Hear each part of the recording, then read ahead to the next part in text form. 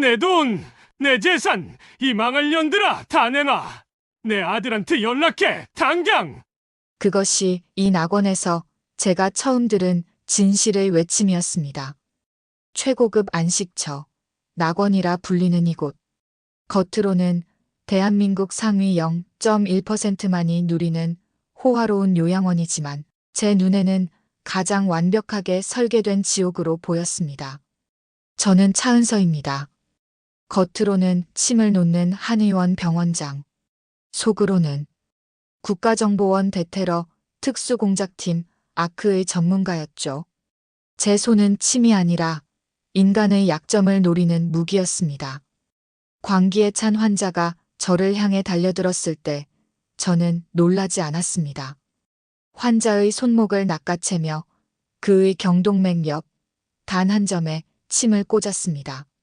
딱 1초. 그의 비명은 곧 소름 끼치는 고요함으로 바뀌었습니다.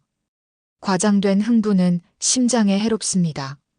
환자가 쓰러진 후 저는 복도 끝 감시등을 봤습니다. 이곳은 치료가 아니라 감금입니다. 그리고 환자들의 차트에는 노화성 치매가 아닌 특정 독성 약물의 흔적이 가득했습니다. 제가 10년 전 쫓던 정치 자객팀이 쓰던 수법과 정확히 일치했습니다. 가장 완벽하게 부유한 이들이 가장 완벽하게 조작당하고 살해당하고 있었습니다. 바로 그때 병원장실 문이 열리고 그가 들어섰습니다. 10년 후, 제 국가정보원 훈련 시절 저를 죽음 직전까지 몰아세웠던 라이벌. 그가 저를 보며 차갑게 웃습니다. 차 병원장님, 제가 맡은 임무는 낙원의 평화 유지입니다. 내부에서 단 하나의 흠집도 용납하지 않을 겁니다. 특히 숨기고 있는 자가 있다면 말이죠. 이제 시작입니다. 이 살인 병원에서 저는 의사가운을 입은 심판자가 되어야 합니다. 저는 반드시 이곳의 진실을 세상에 드러낼 것입니다. 시작 전에 이 영상을 휴대폰으로 듣고 계신지 컴퓨터로 듣고 계신지 댓글로 꼭 남겨주세요. 부탁드립니다. 바로 시작할게요. 어둠 속에서 가느다란 은빛 섬광이 허공을 갈랐습니다. 쉿. 남자의 비명이 터져나오려는 바로 그 순간 목덜미에 정확히 꽂힌 침 한 개가 그 소리를 삼켜버렸습니다. 남자는 눈을 크게 뜨고 바닥에 쓰러졌습니다. 의식은 있습니다. 눈도 깜빡입니다. 하지만 손가락 하나 까딱할 수 없습니다. 여자가 천천히 일어섰습니다. 손에 들린 침통을 허리춤에 꽂으며 차갑게 내뱉었습니다. 사람을 고치는 손이 때론 가장 무서운 무기가 된다는 걸 몰랐겠지. 쓰러진 남자의 눈동자만이 공포로 흔들렸습니다. 대체 무슨 일이 있었던 걸까요? 이 평범해 보이는 여자는 누구일까요? 그리고 왜 이런 일이 벌어진 것일까요? 이 놀라운 이야기의 시작이 궁금하시다면 잠깐만 구독 버튼을 눌러주세요. 평범해 보이는 사람들의 숨겨진 진실을 매일 여러분께 전해드립니다.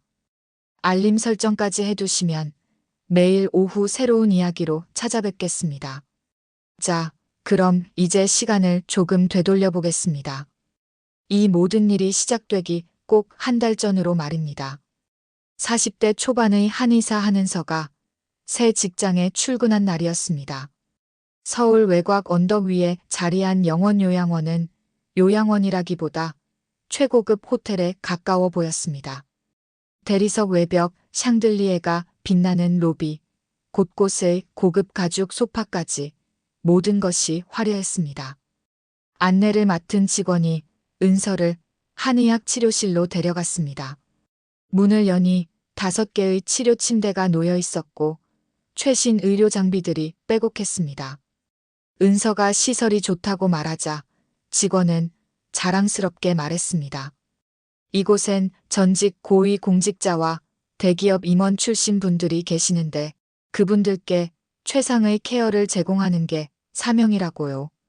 은서는 치료실을 둘러보다가 천장 구석의 CCTV 카메라를 발견했습니다. 치료실에도 카메라가 있냐고 묻자 직원은 환자 안전을 위한 거라며 실시간 모니터링만 할 뿐 녹화는 안 된다고 했습니다.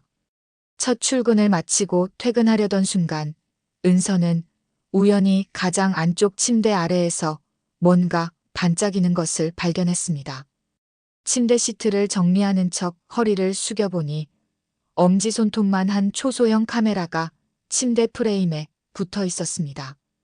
환자의 얼굴을 가장 가까이서 찍을 수 있는 각도였습니다. 은서는 다른 침대들도 확인했습니다. 5개 침대 모두 아래에 같은 카메라가 설치되어 있었습니다.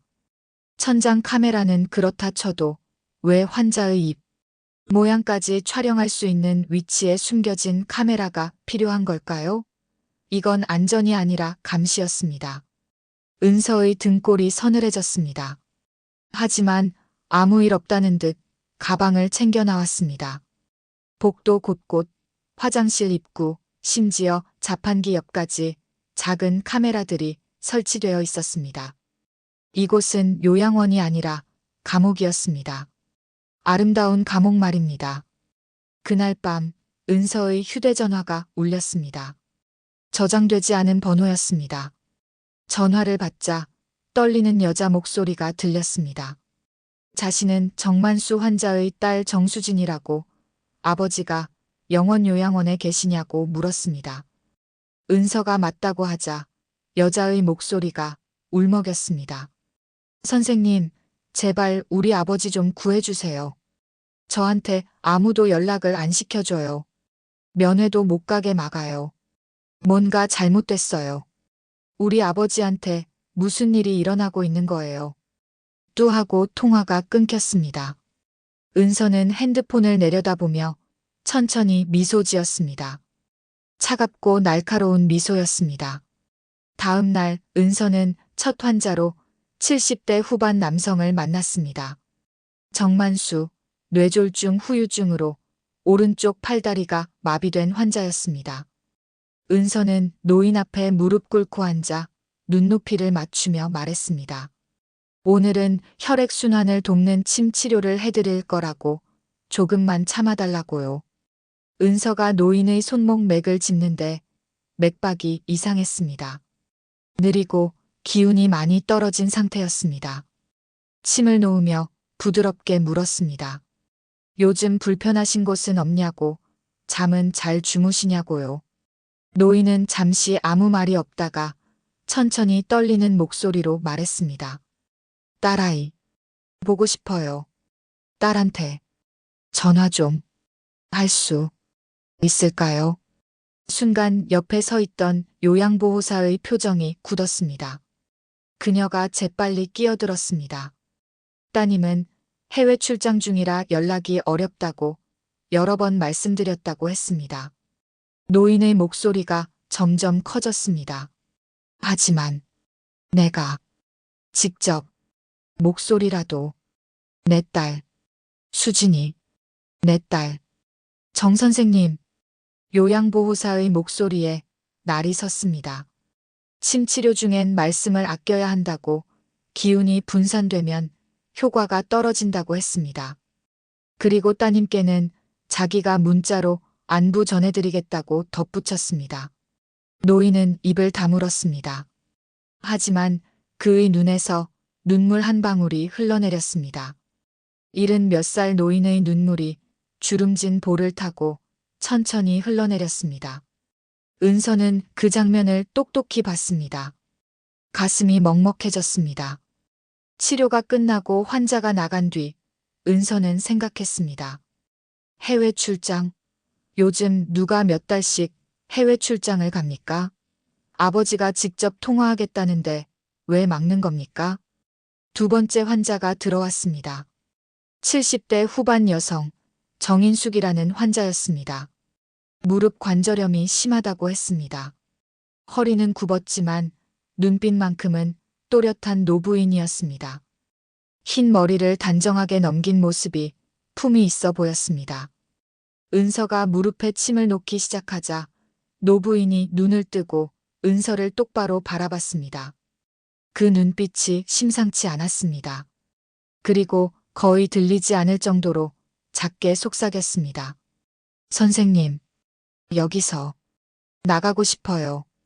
은서가 침을 놓는 손을 멈추지 않고 네 하고 대답하자 노부인이 계속 속삭였습니다. 우리 갇혀 있어요. 전화도 못 해요. 면회도 못 와요.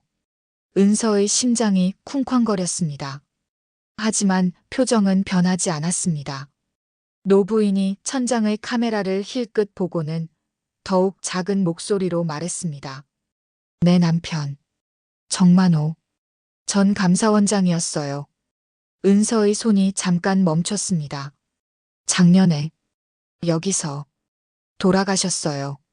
하지만 노부인의 목소리가 떨렸습니다. 이상했어요. 갑자기, 너무 갑자기, 죽기 전날까지 멀쩡하셨는데 바로 그때 딸깍하고 문이 열렸습니다. 요양보호사가 들어왔습니다. 치료는 잘 되고 있냐고 물으며 노부인 옆으로 다가왔습니다. 그리고 노부인의 어깨를 꽉 잡았습니다. 노부인이 움찔했습니다. 정 선생님, 이제 병실로 돌아가셔야죠. 요양보호사의 목소리는 상냥했지만 소나귀에는 힘이 잔뜩 들어가 있었습니다. 노부인은 아무 말도 하지 않았습니다. 그저 은서를 한번 바라봤는데 그 눈빛엔 간절함과 두려움이 함께 담겨 있었습니다. 문이 닫혔습니다.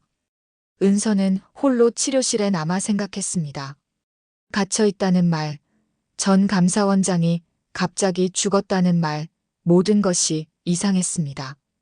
점심시간, 은서는 복도를 걷다가 50대 중반 여자 요양보호사와 마주쳤습니다.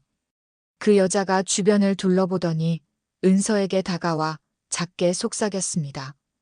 조심하세요, 선생님. 은서가 눈썹을 올리자 여자가 계속 말했습니다. 여기 보이는 것만 믿으면 안 돼요. 환자분들 약이 이상해요. 차트에 없는 약들이 투여되고 있어요. 특히 밤에요. 은서의 심장이 쿵 내려앉았습니다. 그리고 3층은 절대 올라가지 마세요. 특히 밤에는. 거기엔 뭔가 있어요. 여자는 그 말을 남기고 재빨리 사라졌습니다. 차트에 없는 약. 3층. 은서는 모든 것이 연결되고 있다는 걸 느꼈습니다. 그날 오후 은서는 정만수의 딸 정수진을 만났습니다. 요양원에서 2km 떨어진 조용한 카페에서였습니다. 30대 초반의 여자는 얼굴이 피곤해 보였지만 눈빛만큼은 간절했습니다. 저한테 아무도 연락을 안 시켜줘요. 면회도 못 가게 막아요. 정수진이 떨리는 목소리로 말했습니다. 은서가 물었습니다. 아버지를 그 요양원에 입소시킨 건 누구냐고요? 작은아버지예요. 아버지가 뇌졸중으로 쓰러진 후 작은아버지가 모든 걸 처리했어요. 아버지 재산은 누가 관리하고 있나요? 그것도 작은아버지예요. 법적 대리인 자격으로요. 은서가 조용히 커피를 한 모금 마시고 물었습니다. 아버지 유언장은 작성하셨냐고요? 정수진이 고개를 끄덕였습니다. 5년 전에 공증받아 작성하셨는데 전 재산을 자기한테 상속한다는 내용이었다고 했습니다. 그런데 최근 작은아버지가 이상한 말을 했다고 합니다. 아버지가 유언장을 바꿔서 이제 재산의 절반은 작은아버지 몫이라고 말했다는 겁니다. 그게 말이 돼요? 정수진의 목소리가 떨렸습니다. 우리 아버지는 말도 제대로 못하세요. 어떻게 유언장을 바꿔요? 게다가 평생 저를 그렇게 아끼시던 아버지가 갑자기 제 상속분을 줄이셨다고요? 은서는 정수진의 손을 잡았습니다. 확인해보겠다고, 아버지를 잘 살펴보겠다고, 뭔가 이상한 점이 있으면 반드시 연락하겠다고 약속했습니다. 정수진이 은서의 손을 꽉 잡으며 말했습니다. 제발 우리 아버지 좀 구해주세요. 은서는 고개를 끄덕였습니다. 카페를 나와 차로 돌아가는데 뒤에서 누군가 은서를 지켜보는 듯한 느낌이 들었습니다. 은서는 재빨리 주변을 둘러봤습니다. 길 건너편 검은색 세단 한 대가 서 있었습니다. 차 안에 누군가 앉아 있는 게 보였지만 선팅 때문에 얼굴은 보이지 않았습니다. 은서는 아무렇지 않은 척 자신의 차에 올라탔습니다. 시동을 걸고 출발했는데 백미러로 보니 그 검은색 세단이 따라오고 있었습니다. 은서는 핸들을 꽉 쥐었습니다. 상황이 심각해지고 있었습니다. 다음 날 새벽 5시 은서는 요양원에 도착했습니다. 주차장엔 차가 거의 없었고 건물은 고요했습니다. 3층 창문 몇 개에만 불빛이 켜져 있었습니다. 은서는 조용히 건물 안으로 들어갔습니다. 1층은 조용했습니다. 2층 계단을 올라가는데 복도 끝에 3층으로 올라가는 계단이 보였습니다. 은서는 주변을 살폈습니다. 아무도 없었습니다. 천천히 3층 계단으로 다가갔습니다. 계단 입구는 어두웠습니다. 불이 꺼져 있었습니다. 은서는 한 발을 계단에 올렸습니다. 심장이 쿵쾅거렸습니다. 한 걸음, 두 걸음, 세 걸음. 계단을 천천히 올라갔습니다. 어둠이 점점 짙어졌습니다. 그때였습니다. 거기 누구십니까? 뒤에서 날카로운 목소리가 들렸습니다. 은서는 온몸이 얼어붙었습니다. 천천히 돌아봤습니다. 30대 후반으로 보이는 남자가 서 있었습니다. 검은색 정장을 입고 짧게 자른 머리, 날카로운 눈빛이 은서를 꿰뚫고 있었습니다. 새벽 5시에 3층 계단에서 뭐 하십니까? 남자의 목소리는 차분했지만 위협적이었습니다. 은서가 재빨리 대답했습니다. 일찍 출근했는데 화장실을 찾다가 길을 잘못 들었다고요. 남자는 천천히 다가왔습니다. 은서와의 거리가 1미터도 안 됐습니다. 화장실이 3층에 있습니까? 남자가 비웃듯 말했습니다. 그리고 선생님, 우린 전에 어디서 본 것 같은데요. 은서의 심장이 철렁 내려앉았습니다. 하지만 표정은 변하지 않았습니다. 저는 처음 뵙는 것 같은데요. 남자는 잠시 은서를 쳐다보다가 말했습니다. 저는 이 요양원 보안 담당 신현우입니다. 선생님 얼굴 잘 기억해 두겠습니다. 그 말엔 명백한 위협이 담겨 있었습니다. 바로 그때 3층에서 문 여는 소리가 들렸습니다. 그리고 두 사람의 대화 소리가 들렸습니다. 이번 달 건수가 3이나 됩니다. 너무 빠른 거 아닙니까? 괜찮아요. 어차피 치매 환자들이고 가족들도 의심 안 합니다. 유 원장만 미리 처리하면 문제 없어요. 은서의 눈이 커졌습니다. 신현우가 재빨리 은서의 팔을 잡았습니다. 선생님, 지금 당장 내려가시죠. 신현우가 은서를 거의 끌다시피 계단 아래로 내려갔습니다. 2층까지 내려오자 신현우가 은서를 놓으며 차갑게 말했습니다. 다시는 3층에 올라오지 마세요. 2번은 없습니다. 은서는 고개를 숙였습니다. 신현우가 돌아서서 다시 3층으로 올라갔습니다. 은서는 그 자리에 멈춰 섰습니다. 방금 들은 대화가 머릿속을 맴돌았습니다. 이번 달 건수가 3. 유원장 처리. 치매 환자들. 모든 것이 명확해졌습니다. 이곳에서 노인들이 죽어가고 있었습니다. 그리고 그들의 재산이 누군가의 주머니로 들어가고 있었습니다. 은서는 주먹을 꽉 쥐었습니다. 그리고 작게 중얼거렸습니다. 이제 가만히 있을 수 없군요, 라고요. 은서는 그날 하루 종일 평범하게 환자들을 치료했습니다. 하지만 머릿속은 계속 돌아가고 있었습니다. 3층에서 들은 그 대화, 이번 달 건수가 3이라는 말, 유원장 처리라는 말이 계속 맴돌았습니다. 저녁 6시, 퇴근 시간이 되었습니다. 주차장으로 나가는데 검은색 세단 한 대가 은서의 차 옆에 서 있었습니다. 어제 카페 앞에서 봤던 바로 그 차였습니다. 은서는 아무렇지 않은 척 자기 차에 올라탔습니다. 시동을 걸고 출발했습니다. 백미러를 보니 역시 그 검은색 세단이 따라오고 있었습니다. 은서는 일부러 시내 복잡한 길로 들어갔습니다. 신호등에서 멈췄다가 급출발하고 좁은 골목으로 꺾고 대형마트 주차장을 빙 돌았습니다. 10분쯤 그렇게 하자 검은 세단이 놓쳤는지 더 이상 보이지 않았습니다. 은서는 자기 집이 아닌 강남의 한 오피스텔로 향했습니다. 지하 주차장에 차를 세우고 12층으로 올라가 1235 초인종을 눌렀습니다. 문이 열리자 60대 초반의 회색 머리 남자가 놀란 표정으로 은서를 맞았습니다. 박 선배라고 부르는 이 남자는 3년 만에 연락도 없던 은서가 갑자기 찾아온 것에 당황스러워했습니다. 거실엔 컴퓨터 모니터 세대와 각종 전자장비들이 가득했습니다. 은서는 핸드백에서 작은 메모지를 꺼냈습니다. 아침에 치료실 침대 아래에서 봤던 카메라 제조사 이름과 모델명이 적혀 있었습니다. 이 장비를 추적할 수 있냐고 물었습니다. 박 선배는 메모지를 받아들고 눈을 가늘게 떴습니다. 이건 정부 기관용 감시 장비인데 어디서 봤냐고 되물었습니다. 은서가 영원 요양원이라고 대답하자 박 선배의 표정이 굳었습니다. 요양원에 이런 게 왜 있냐고 물었지만 은서는 그걸 알아내야 한다고만 했습니다.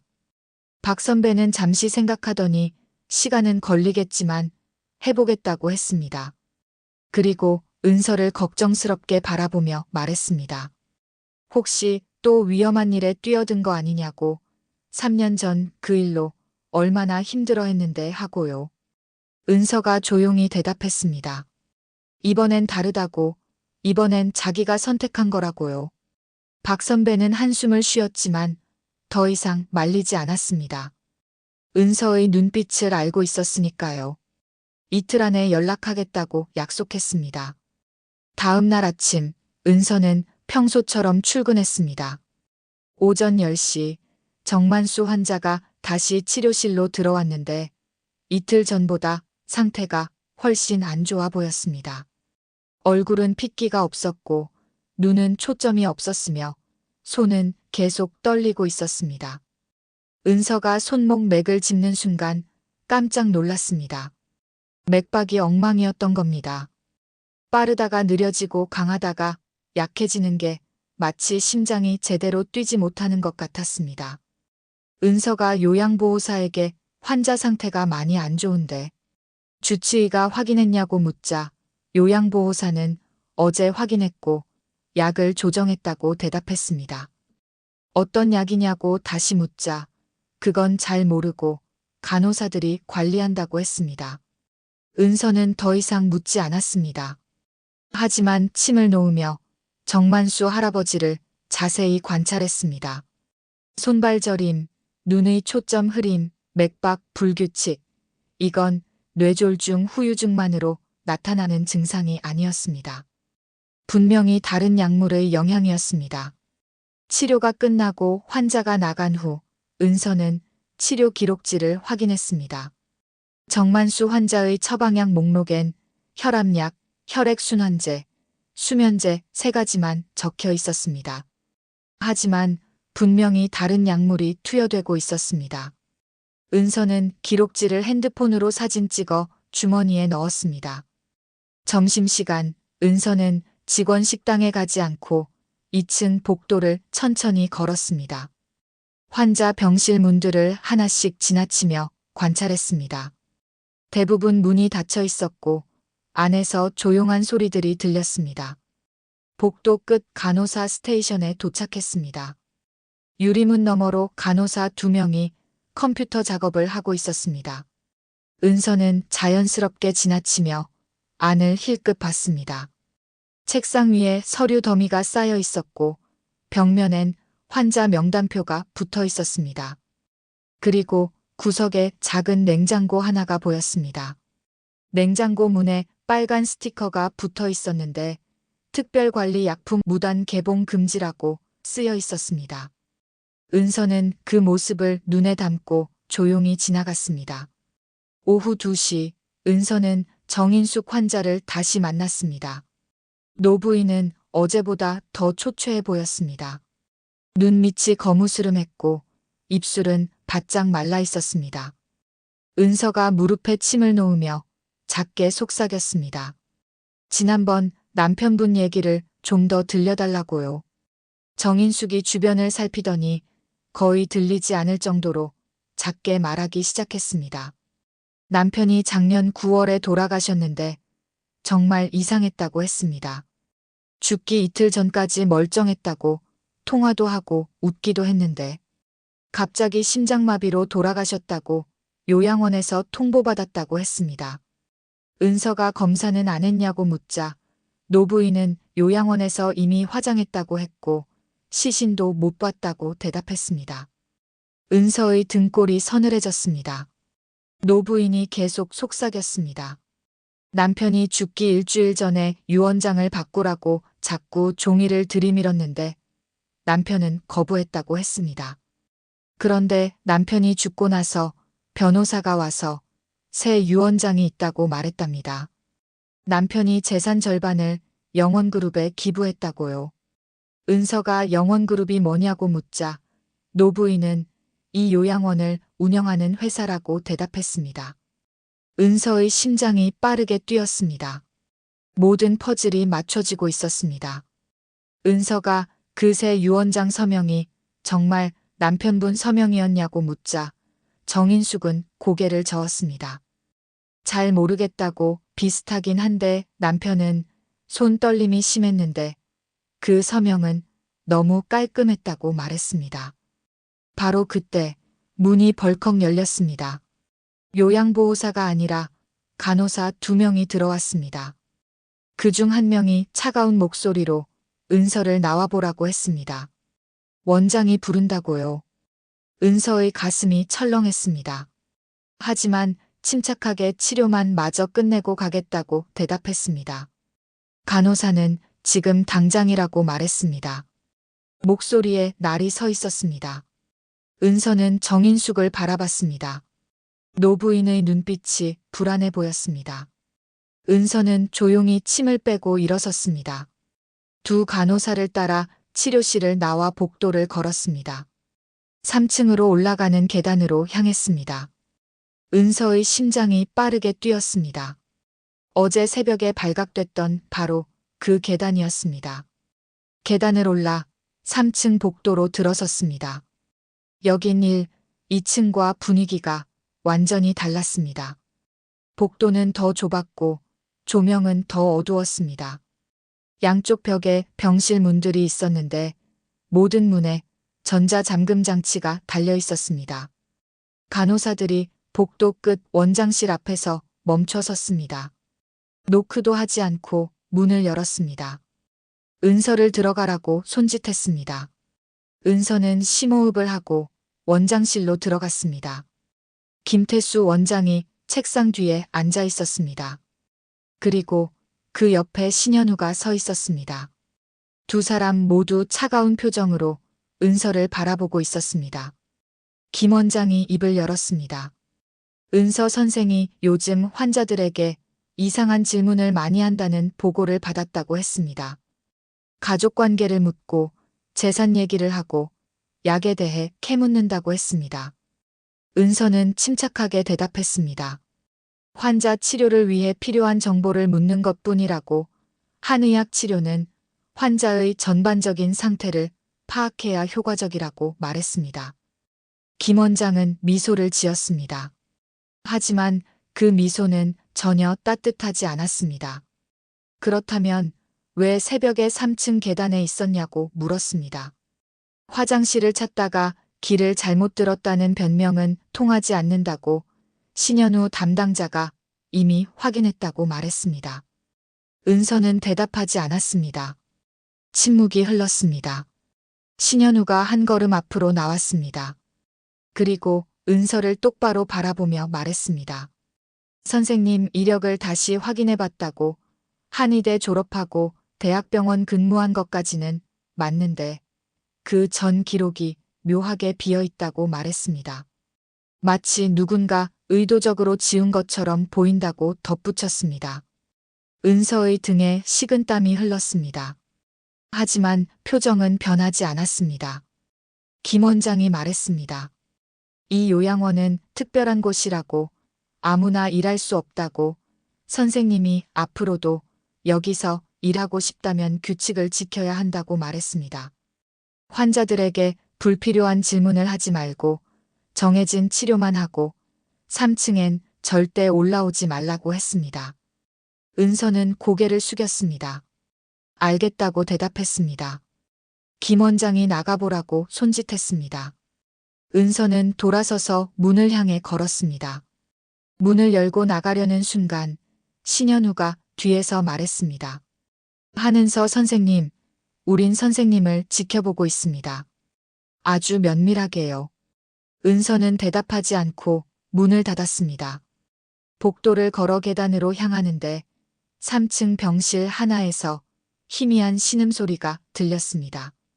은서는 걸음을 멈추고 귀를 기울였습니다. 아파요. 도와주세요. 누구? 없어요. 노인의 목소리였습니다. 약하고 떨리는 목소리였습니다. 은서는 그 병실 문을 바라봤습니다. 문에 전자잠금 장치가 달려 있었고 작은 창문으로 안을 들여다볼 수 있었습니다. 은서는 조심스럽게 다가가 창문으로 안을 봤습니다. 침대에 누워있는 노인이 보였습니다. 80대쯤 되어 보이는 남성이었습니다. 양손과 양발이 침대 난간에 묶여 있었습니다. 얼굴은 땀으로 흠뻑 젖어 있었고 입술은 파랗게 질려 있었습니다. 은서의 온몸에 소름이 돋았습니다. 바로 그때 뒤에서 발소리가 들렸습니다. 은서는 재빨리 병실 문에서 떨어져 계단 쪽으로 걸었습니다. 간호사 한 명이 3층 복도로 올라오고 있었습니다. 은서는 아무렇지 않은 척 계단을 내려갔습니다. 하지만 머릿속은 방금 본 장면으로 가득했습니다. 묶여있는 노인, 신음하는 목소리, 도와달라는 외침. 은서는 주먹을 꽉 쥐었습니다. 이제 더 이상 지켜만 볼 수 없었습니다. 뭔가 해야 했습니다. 그것도 빨리요. 그날 밤 은서는 잠을 이룰 수 없었습니다. 3층 병실에서 본 그 장면이 계속 머릿속을 맴돌았습니다. 침대에 묶인 채 신음하던 노인, 파랗게 질린 입술, 도와달라는 희미한 외침이 귓가에서 떠나지 않았습니다. 은서는 침대에서 일어나 거실로 갔습니다. 소파에 앉아 생각했습니다. 어떻게 해야 할까요? 경찰에 신고할까요? 하지만 증거가 없습니다. 김 검사에게 연락할까요? 아직 구체적인 증거를 확보하지 못했습니다. 은서는 핸드폰을 들었습니다. 박 선배에게 전화를 걸까 말까 망설였습니다. 시계를 봤습니다. 새벽 1시였습니다. 너무 늦은 시간이었습니다. 결국 은서는 전화를 걸지 않았습니다.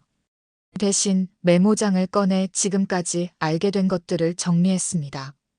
3층에 감금된 환자들, 이상한 약물 투여, 변조된 유언장, 신현우의 위협까지 하나하나 적어 내려갔습니다. 적다 보니 한 가지가 명확해졌습니다. 결정적 증거가 필요했습니다. 그리고 그 증거는 3층에 있을 가능성이 높았습니다. 은서는 고민했습니다. 혼자 들어가는 건 위험했습니다. 하지만 더 이상 기다릴 수도 없었습니다. 이승환 할아버지가 매일 밤 그렇게 묶여 계실 거라 생각하니 가슴이 아팠습니다. 새벽 2시 은서는 결심했습니다. 내일 밤, 아니 오늘 밤 다시 요양원에 가기로요.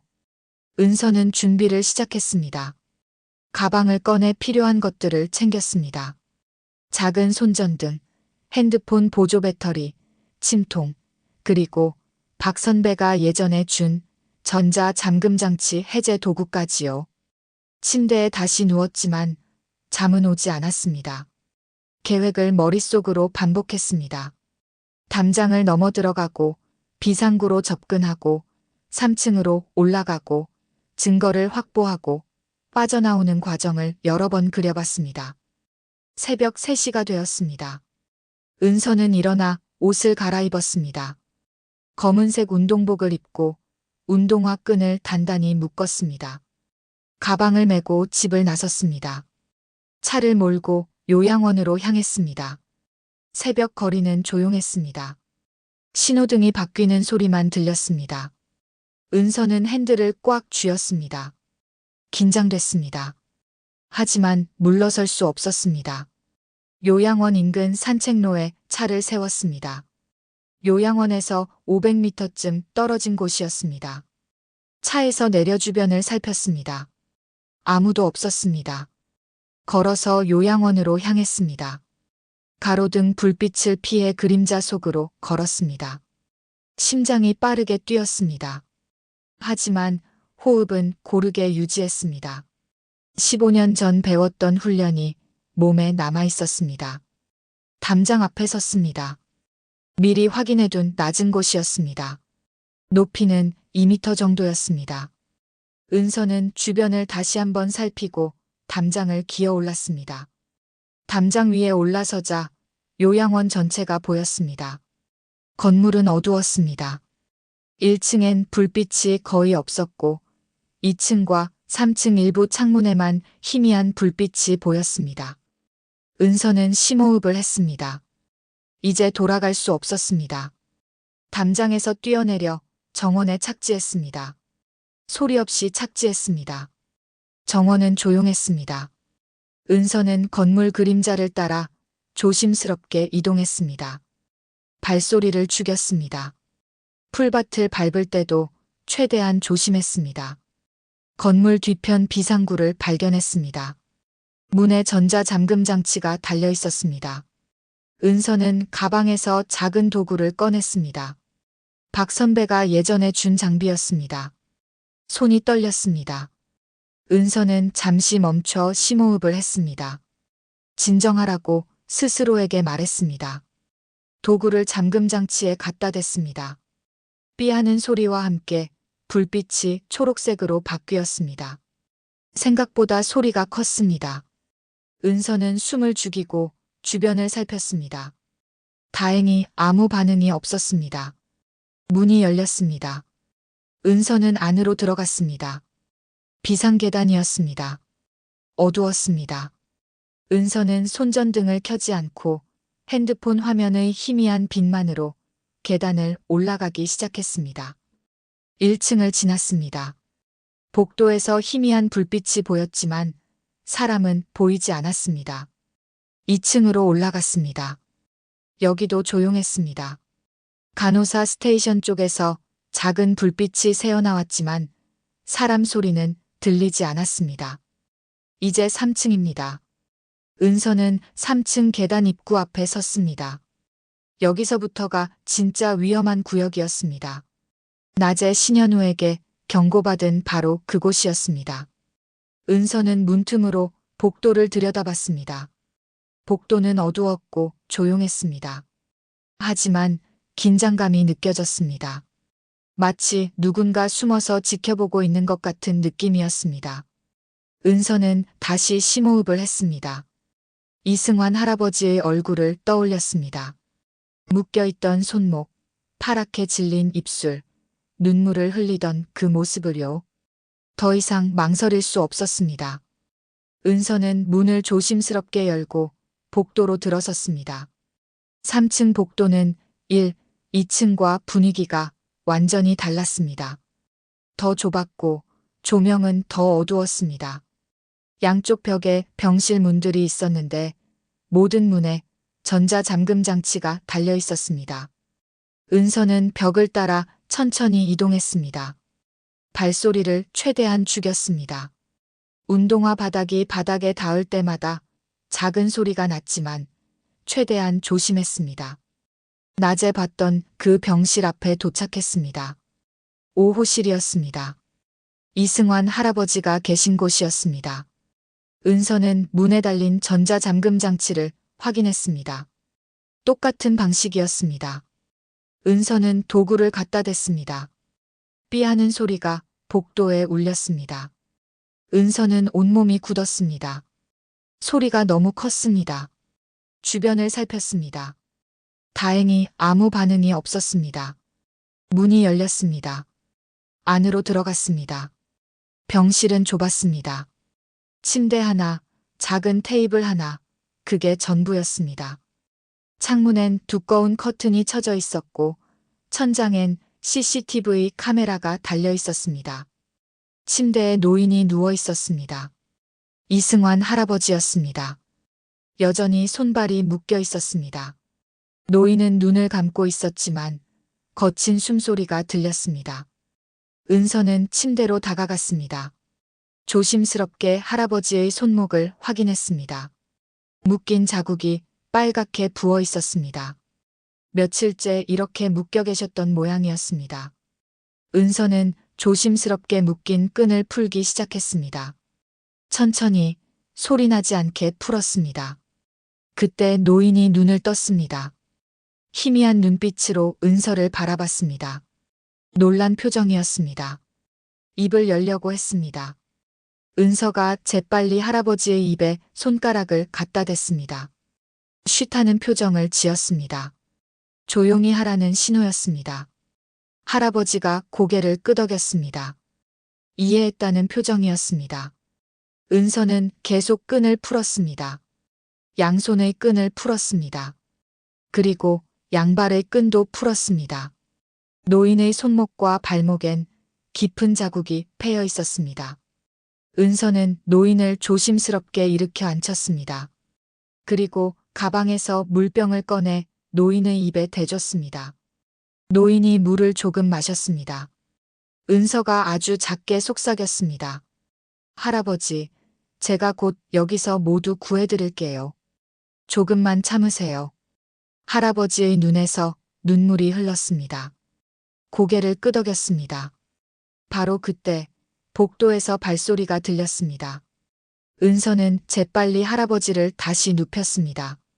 그리고 침대 아래로 숨었습니다. 심장이 터질 것 같았습니다. 병실 문이 열렸습니다. 간호사가 들어왔습니다. 손에 주사기를 들고 있었습니다. 침대로 다가와 노인의 팔을 확인했습니다. 묶인 끈이 풀려 있는 걸 발견했습니다. 간호사가 당황한 목소리로 중얼거렸습니다. 어떻게 된 거지? 분명히 묶어뒀는데. 주변을 둘러봤습니다. 은서는 침대 아래에서 숨을 죽였습니다. 움직이지 않았습니다. 간호사가 복도로 나가며 누군가에게 연락하는 소리가 들렸습니다. 여기 3층 5호실인데요. 환자 구속이 풀렸어요. 지금 확인 필요합니다. 은서는 더 이상 시간이 없다는 걸 알았습니다. 침대 아래에서 나와 빠르게 병실 문으로 향했습니다. 복도를 확인했습니다. 간호사가 스테이션 쪽으로 걸어가고 있었습니다. 은서는 반대 방향으로 움직였습니다. 다른 병실들을 지나쳤습니다. 복도 끝에 뭔가 다른 방이 보였습니다. 6호실이었습니다. 문에 잠금 장치가 있었지만 이 방은 조금 달라 보였습니다. 창문이 없었습니다. 은서는 도구를 다시 꺼냈습니다. 문을 열었습니다.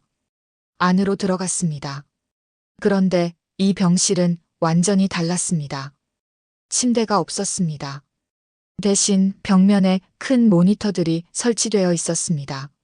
모니터 화면엔 각 병실의 CCTV 영상이 나오고 있었습니다. 그리고 책상 위엔 서류들이 가득 쌓여 있었습니다. 은서는 재빨리 서류들을 확인했습니다. 첫 번째 서류, 환자 명단이었습니다. 이름, 나이, 재산 규모가 적혀 있었습니다. 그리고 각 환자 옆에 날짜가 적혀 있었습니다. 예정일이라고 표시되어 있었습니다. 은서의 손이 떨렸습니다. 이건 환자들의 죽음을 미리 계획한 일정표였습니다. 두 번째 서류, 유언장 사본들이었습니다. 모두 최근에 작성된 것들이었고 영원그룹이나 영원재단이 상속자로 포함되어 있었습니다. 세 번째 서류, 약물 투여 기록이었습니다. 어떤 약을 얼마나 투여했는지 상세하게 적혀 있었습니다. 증거였습니다. 결정적인 증거였습니다. 은서는 핸드폰을 꺼내 서류들을 사진으로 찍기 시작했습니다. 한 장, 두 장, 세 장 빠르게 촬영했습니다. 바로 그때 복도에서 여러 발소리가 들렸습니다. 그리고 누군가 소리쳤습니다. 신 본부장님, 어디 계십니까? 신현우를 찾고 있었습니다. 아마 1층 치료실에서 쓰러진 신현우를 발견한 모양이었습니다. 은서는 재빨리 서류 몇 장을 챙겨 가방에 넣었습니다. 그리고 병실을 나왔습니다. 복도 끝 비상구로 뛰었습니다. 뒤에서 고함 소리가 들렸습니다. 거기서 은서는 멈추지 않았습니다. 비상구 문을 열고 계단으로 뛰어들었습니다. 계단을 내려가는데 위에서 발소리가 따라왔습니다. 2층, 1층을 지나 1층 비상구로 나왔습니다. 건물 뒤편이었습니다. 은서는 정원을 가로질러 담장으로 달렸습니다. 뒤에서 목소리가 들렸습니다. 와, 탕. 총소리가 울렸습니다. 담장 위 벽돌이 깨졌습니다. 은서의 머리 바로 옆이었습니다. 은서는 담장을 넘어 반대편으로 뛰어내렸습니다. 착지하며 구르고 다시 일어나 뛰었습니다. 산책로로, 차가 있는 곳으로 전력 질주했습니다. 뒤에서 계속 고함 소리가 들렸지만 은서는 뒤돌아보지 않았습니다. 차에 도착해 시동을 걸고 출발했습니다. 백미러로 보니 요양원 쪽에서 사람들이 나오고 있었습니다. 은서는 엑셀을 밟았습니다. 차가 빠르게 도로로 진입했습니다. 10분쯤 달린 후 은서는 한적한 곳에 차를 세웠습니다. 심장이 여전히 빠르게 뛰고 있었습니다. 손이 떨렸습니다. 은서는 핸들에 이마를 기댔습니다. 심호흡을 했습니다. 한 번, 두 번, 세 번. 천천히 호흡을 정리했습니다. 방금 무슨 일이 있었던 걸까요? 총까지 쐈습니다. 요양원 보안이 일반 시설과는 완전히 달랐습니다. 마치 군사시설 같았습니다. 은서는 가방을 열었습니다. 서류들이 그대로 있었습니다. 핸드폰에 찍어둔 사진들도 확인했습니다. 증거는 확보했습니다. 하지만 이제 어떻게 해야 할까요? 은서는 생각했습니다. 박 선배에게 연락해야 합니다. 그리고 검찰에도 알려야 합니다. 은서는 핸드폰을 꺼냈습니다. 박 선배에게 전화를 걸었습니다. 새벽 4시였지만 어쩔 수 없었습니다. 박 선배가 받았습니다. 졸린 목소리였지만 곧 정신을 차렸습니다. 은서가 말했습니다. 증거를 확보했다고 하지만 지금 쫓기고 있다고, 도움이 필요하다고 했습니다. 박 선배가 물었습니다. 어디에 있냐고요? 은서가 위치를 알려줬습니다. 박 선배가 말했습니다. 30분 안에 가겠다고, 그때까지 숨어 있으라고, 절대 요양원 쪽으로 가지 말라고 했습니다. 은서가 알겠다고 대답하려는데 백미러에 뭔가 보였습니다. 검은색 세단 2대가 빠르게 다가오고 있었습니다. 은서의 얼굴이 굳었습니다. 찾아낸 겁니다. 은서는 재빨리 시동을 걸었습니다. 하지만 검은 세단들이 이미 가까이 와 있었습니다. 한 대는 앞을 막았고 한 대는 뒤를 막았습니다. 은서는 차에서 내렸습니다. 주변을 살폈습니다. 한쪽은 산이었고 한쪽은 강이었습니다. 도망칠 곳이 없었습니다. 검은 세단에서 남자들이 내렸습니다. 4명이었습니다. 모두 정장을 입고 있었고 위협적으로 다가왔습니다. 은서는 허리춤에 넣어둔 권총을 만졌습니다. 신현우에게서 빼앗은 권총이었습니다. 하지만 상대는 4명이었습니다. 남자 중 1명이 앞으로 나왔습니다. 그리고 말했습니다. 조용히 따라오시죠. 그러면 다치지 않을 겁니다. 은서는 대답하지 않았습니다. 남자가 한 걸음 더 다가왔습니다. 바로 그때 멀리서 사이렌 소리가 들렸습니다. 경찰차였습니다. 아니, 경찰차 세대였습니다. 빠르게 이쪽으로 다가오고 있었습니다. 검은 정장의 남자들이 당황한 표정을 지었습니다. 서로를 쳐다봤습니다. 그리고 재빨리 차로 돌아가 출발했습니다. 두 대의 검은 세단이 빠르게 사라졌습니다. 경찰차들이 도착했습니다. 차에서 경찰들이 내렸습니다. 그리고 그 뒤에서 한 사람이 더 내렸습니다. 박 선배였습니다. 은서는 안도의 한숨을 쉬었습니다.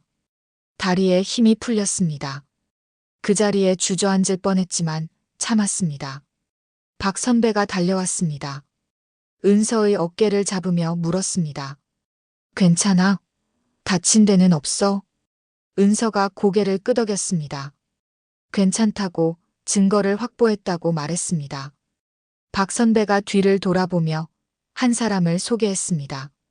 서울지검 김철수 검사님이야. 내가 급하게 연락드렸어.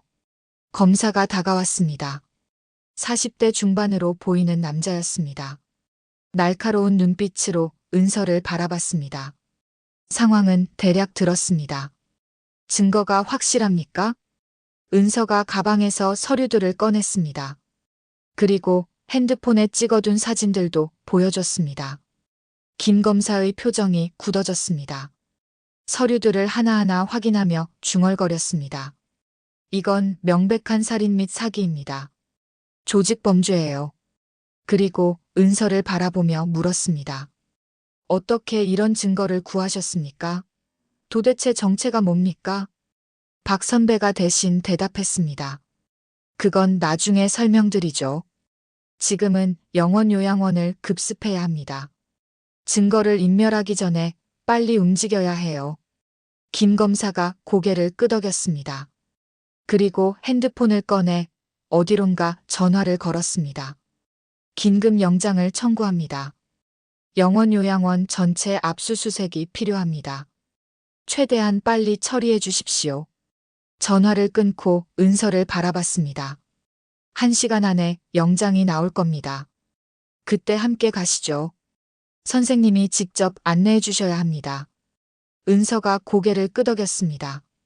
하지만 마음속으로 생각했습니다. 1시간. 그 시간 동안 요양원에선 무슨 일이 벌어질까요? 은서가 김 검사를 바라보며 말했습니다. 지금 당장 가야 합니다. 1시간은 너무 늦습니다. 그 시간이면 환자들이 위험합니다. 김 검사가 난처한 표정을 지었습니다. 영장 없이는 들어갈 수 없습니다. 법 절차를 지켜야 합니다. 은서가 강하게 말했습니다. 지금 이 순간에도 노인들이 죽어가고 있습니다. 법보다 생명이 먼저입니다. 김 검사가 은서를 바라봤습니다. 그 눈빛이 진지했습니다. 잠시 침묵이 흘렀습니다. 그리고 김 검사가 결심한 듯 고개를 끄덕였습니다. 좋습니다. 지금 갑시다. 경찰차 세대가 사이렌을 울리며 영원요양원으로 향했습니다. 은서는 김 검사와 함께 선두 차량에 타고 있었습니다. 뒤따르는 차량엔 경찰 10여 명이 타고 있었습니다. 차 안에서 김 검사가 무전으로 지시했습니다. 요양원 모든 출입구를 봉쇄하라. 아무도 나가지 못하게 막아라. 특히 3층을 최우선으로 확보하라. 은서는 창밖을 바라봤습니다. 해가 떠오르고 있었습니다. 새벽 5시였습니다. 은서가 요양원에서 탈출한 지 2시간이 지났습니다. 그 사이 요양원에선 무슨 일이 벌어졌을까요? 은서는 불안했습니다. 혹시 환자들을 옮긴 건 아닐까요? 혹시 증거를 인멸한 건 아닐까요? 10분 후 경찰차들이 영원요양원 정문에 도착했습니다. 급점거하며 경찰들이 우르르 내렸습니다. 정문을 지키던 보안 요원이 당황한 표정으로 다가왔습니다. 김 검사가 신분증을 보여주며 말했습니다. 서울지검 특수부 검사입니다. 긴급 상황이라 현장 보존 조치를 취하겠습니다. 모든 직원은 현재 위치에서 대기하십시오. 보안 요원이 당황하며 원장에게 연락하겠다고 했지만 경찰들은 이미 건물 안으로 들어가고 있었습니다. 은서도 함께 들어갔습니다. 로비는 혼란스러웠습니다. 직원들이 무슨 일이냐며 웅성거렸고 일부 환자 가족들이 놀란 표정으로 지켜봤습니다. 경찰들이 로비를 장악하고 모든 사람들을 한쪽으로 모았습니다. 은서는 김 검사와 함께 3층 계단으로 향했습니다. 경찰 5명이 뒤따랐습니다. 계단을 빠르게 올라갔습니다. 3층 문을 열었습니다. 복도는 조용했습니다. 너무 조용했습니다. 불길한 예감이 들었습니다. 은서는 앞장서서 복도로 들어갔습니다. 첫 번째 병실 문 앞에 섰습니다. 문이 이미 열려 있었습니다. 안으로 들어갔습니다. 침대가 비어 있었습니다. 은서의 심장이 철렁 내려앉았습니다. 2시간 전까지만 해도 여기 노인이 누워 계셨는데 지금은 아무도 없었습니다. 링거 스탠드도 치워져 있었고 침대 시트도 새 것으로 교체되어 있었습니다. 은서는 재빨리 다음 병실로 갔습니다. 역시 비어 있었습니다. 3번째 병실, 4번째 병실 모두 비어 있었습니다. 환자들을 옮긴 겁니다. 은서가 김 검사에게 말했습니다. 목소리가 떨렸습니다. 5번째 병실 문을 열었습니다. 그곳에 이승환 할아버지가 누워 계셨습니다. 어젯밤 은서가 묶인 끈을 풀어드렸던 그 할아버지였습니다. 하지만 지금은 링거도 없었고 묶인 흔적도 없었습니다. 깔끔한 환자복을 입고 계셨습니다. 마치 아무 일도 없었던 것처럼 보였습니다. 은서가 침대로 다가가 할아버지의 손을 잡았습니다. 맥을 짚었습니다. 맥박이 정상이었습니다. 어제와 완전히 달랐습니다. 할아버지가 눈을 떴습니다. 은서를 보더니 놀란 표정을 지었습니다. 입을 열려고 했지만 주저했습니다. 눈빛으로 뭔가 말하려는 것 같았습니다. 은서가 작게 속삭였습니다. 괜찮습니다. 경찰이 왔어요. 이제 안전합니다. 할아버지의 눈에서 눈물이 흘렀습니다. 바로 그때 복도에서 고함 소리가 들렸습니다. 김태수 원장의 목소리였습니다. 무슨 권한으로 환자들을 괴롭히십니까? 영장도 없이 침입했습니다. 은서는 병실을 나와 복도로 갔습니다. 김 원장이 경찰들과 대치하고 있었습니다. 얼굴이 상기되어 있었고 목소리는 떨리고 있었습니다. 김 검사가 침착하게 말했습니다. 긴급 체포 사유가 있습니다. 살인 및 사기 혐의로 현장 보존이 필요합니다. 영장은 곧 도착할 것입니다. 김 원장이 비웃었습니다. 무슨 살인입니까? 여기는 요양원입니다. 환자들을 돌보는 곳이에요. 증거도 없이 함부로 명예를 훼손하지 마십시오. 은서가 앞으로 나섰습니다. 그리고 가방에서 서류들을 꺼냈습니다. 환자 명단과 예정일이 적힌 서류, 유원장 사본들, 약물 투여 기록을 김 원장 앞에 내밀었습니다. 김 원장의 얼굴이 하얗게 질렸습니다. 은서가 조용히 말했습니다.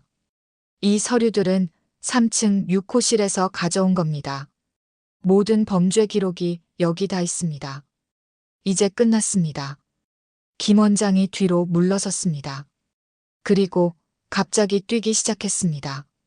복도 끝 비상구를 향해 전력 질주했습니다. 경찰들이 뒤쫓았습니다. 하지만 김 원장이 더 빨랐습니다. 비상구 문을 열고 계단으로 뛰어들었습니다. 은서도 뒤쫓았습니다. 계단을 내려가는데 김 원장이 2층에서 복도로 빠져나가는 게 보였습니다. 은서는 계단 난간을 잡고 한 층을 뛰어내려 2층으로 착지했습니다. 김 원장이 2층 간호사 스테이션으로 뛰어들었습니다. 유리문을 닫고 안에서 책상을 밀어 문을 막았습니다. 그리고 구석에 있던 작은 냉장고를 열었습니다. 빨간 스티커가 붙은 냉장고, 특별관리약품이라고 쓰인 냉장고였습니다. 김 원장이 냉장고에서 주사기를 꺼냈습니다. 그리고 자기 팔에 주사 바늘을 겨눴습니다. 은서가 외쳤습니다. 하지 마세요. 그러면 모든 게 끝납니다. 하지만 김 원장은 멈추지 않았습니다. 주사기를 팔에 꽂으려는 순간 은서가 유리문을 발로 찼습니다. 강화유리라 깨지지 않았지만 충격으로 문이 흔들렸습니다. 경찰들이 도착했습니다. 여러 명이 함께 문을 밀었습니다. 책상이 밀리고 문이 열렸습니다. 경찰이 안으로 뛰어들었습니다. 김 원장의 손에서 주사기를 빼앗으려 했습니다. 하지만 김 원장이 저항했습니다. 몸부림치며 주사기를 지키려 했습니다. 은서가 김 원장에게 다가갔습니다. 그리고 김 원장의 목 뒤 혈자리를 정확히 눌렀습니다. 김 원장의 몸이 축 늘어졌습니다. 손에서 주사기가 떨어졌습니다. 경찰이 김 원장에게 수갑을 채웠습니다. 은서는 바닥에 떨어진 주사기를 주워 확인했습니다. 투명한 액체가 들어 있었습니다. 냄새를 맡아보니 강한 화학약품 냄새가 났습니다. 아마도 청산가리나 그에 준하는 독극물일 겁니다. 김 검사가 주사기를 증거봉투에 넣었습니다. 그리고 냉장고 안을 확인했습니다. 똑같은 주사기들이 여러 개 있었고 작은 약병들이 줄지어 놓여 있었습니다. 김 검사가 중얼거렸습니다. 이것들도 모두 증거입니다. 감정을 의뢰해야겠습니다. 바로 그때 1층에서 고함 소리가 들렸습니다. 경찰 무전기에서 급한 목소리가 흘러나왔습니다. 1층 로비에서 남자 한 명이 인지를 잡았습니다. 지원이 필요합니다. 은서와 김 검사가 재빨리 1층으로 내려갔습니다. 로비는 아수라장이었습니다. 경찰들이 한쪽에 모여 있었고 반대편에는 남자 한 명이 서 있었습니다. 보안 유니폼을 입은 남자였습니다. 그리고 그 남자는 70대로 보이는 여성 환자를 붙잡고 있었습니다. 목에 날카로운 물건을 겨누고 있었습니다. 가위였습니다. 남자가 소리쳤습니다. 모두 비키십시오. 길을 열어주지 않으면 이 환자를 죽이겠습니다. 경찰들이 설득하려 했습니다. 진정하십시오. 인지를 놓으십시오. 그러면 좋게 해결할 수 있습니다. 하지만 남자는 듣지 않았습니다. 점점 더 흥분하고 있었습니다. 가위날이 환자의 목에 더 깊이 파고들었습니다. 환자가 공포에 떨며 눈물을 흘렸습니다. 은서는 상황을 빠르게 판단했습니다. 남자와의 거리는 약 10m였습니다. 중간에 장애물은 없었습니다. 남자의 시선은 경찰들에게 집중되어 있었습니다. 은서는 조용히 옆으로 이동하기 시작했습니다. 남자의 시야에서 벗어나려 했습니다. 벽을 따라 천천히 움직였습니다. 남자가 계속 소리쳤습니다. 차를 준비하십시오. 30분 안에 공항까지 갈 수 있게 해주십시오. 경찰들이 시간을 끌었습니다. 알겠습니다. 지금 준비하고 있습니다. 조금만 기다려 주십시오. 은서는 남자의 측면까지 이동했습니다. 거리는 약 7m로 좁혀졌습니다. 은서는 가방에서 침통을 꺼냈습니다. 가장 긴 침 하나를 뽑았습니다. 남자가 환자를 끌고 출입구 쪽으로 이동하기 시작했습니다. 경찰들이 길을 열어줬습니다. 남자는 뒤로 걸으며 주변을 경계했습니다. 바로 그 순간 은서가 움직였습니다. 바닥을 박차고 튀어나갔습니다. 7m 거리를 순식간에 좁혔습니다. 남자가 은서를 발견하고 돌아보려 했지만 이미 늦었습니다. 은서의 손에서 침이 날아갔습니다. 쉿! 침이 남자의 손목에 정확히 꽂혔습니다. 신경을 마비시키는 혈자리였습니다. 남자의 손에서 가위가 떨어졌습니다. 은서는 그대로 달려가 남자를 밀쳤습니다. 남자가 뒤로 넘어졌습니다. 동시에 환자를 재빨리 끌어당겨 안전한 곳으로 옮겼습니다. 경찰들이 우르르 달려들었습니다. 남자를 바닥에 제압하고 수갑을 채웠습니다. 환자는 은서의 품에 안겨 울고 있었습니다. 은서가 환자의 등을 토닥이며 말했습니다. 괜찮습니다. 이제 안전합니다. 더 이상 무서워하지 않아도 됩니다. 주변에 있던 사람들이 박수를 쳤습니다. 환자 가족들, 직원들, 경찰들까지 모두 박수를 보냈습니다. 김 검사가 은서에게 다가와 말했습니다. 대단합니다. 당신이 아니었으면 큰일 날 뻔했습니다. 은서는 고개를 저었습니다. 제가 할 일을 했을 뿐입니다. 그날 밤 영원요양원엔 구급차와 경찰차가 계속 드나들었습니다. 3층에 남아있던 환자 5분이 모두 병원으로 이송됐습니다. 정밀 검사를 받기 위해서였습니다. 1, 2층 환자들도 전수조사를 받았습니다. 의심스러운 약물을 투여받은 환자가 있는지 확인했습니다. 요양원 직원들도 모두 조사를 받았습니다. 범죄에 가담한 사람과 모르고 일한 사람을 구분해야 했습니다. 은서는 검찰청에서 긴 조사를 받았습니다. 어떻게 이 사건을 알게 됐는지, 어떤 방법으로 증거를 확보했는지 자세히 진술했습니다. 물론 자신의 과거에 대해선 최소한만 밝혔습니다.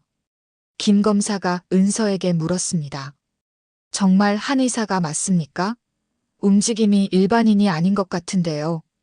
은서는 웃으며 대답했습니다. 어릴 때 무술을 배웠습니다. 호신술 정도입니다. 김 검사는 더 이상 묻지 않았습니다. 하지만 눈빛으로 알 수 있었습니다. 뭔가 숨기고 있다는 걸 알지만 지금은 중요하지 않다는 표정이었습니다. 조사가 끝나고 밖으로 나왔을 때 이미 자정이 넘어 있었습니다. 은서는 검찰청 앞 벤치에 앉았습니다. 온몸이 피곤했습니다. 긴장이 풀리니 모든 힘이 빠져나가는 것 같았습니다. 핸드폰이 울렸습니다. 정수진이었습니다. 전화를 받자 정수진의 목소리가 들렸습니다. 울고 있었습니다. 하지만 기쁨의 눈물이었습니다. 뉴스를 봤어요. 영원요양원 사건이 보도됐어요. 아버지를 구해주셔서 너무 감사합니다. 은서가 조용히 대답했습니다. 다행입니다. 아버지 곧 면회 가실 수 있을 겁니다. 건강 회복하실 겁니다. 정수진이 물었습니다. 어떻게 보답해야 할까요? 무엇이든 하겠습니다. 은서가 말했습니다. 보답은 필요 없습니다. 그저 아버지 곁에 있어 드리세요. 그게 가장 큰 효도입니다. 전화를 끊었습니다. 은서는 하늘을 올려다봤습니다. 별이 보였습니다. 맑은 밤이었습니다. 그때 누군가 다가왔습니다. 박 선배였습니다. 손에 따뜻한 커피 2잔을 들고 있었습니다. 은서 옆에 앉으며 커피 한 잔을 건넸습니다. 은서가 받아 한 모금 마셨습니다. 따뜻했습니다. 박 선배가 물었습니다.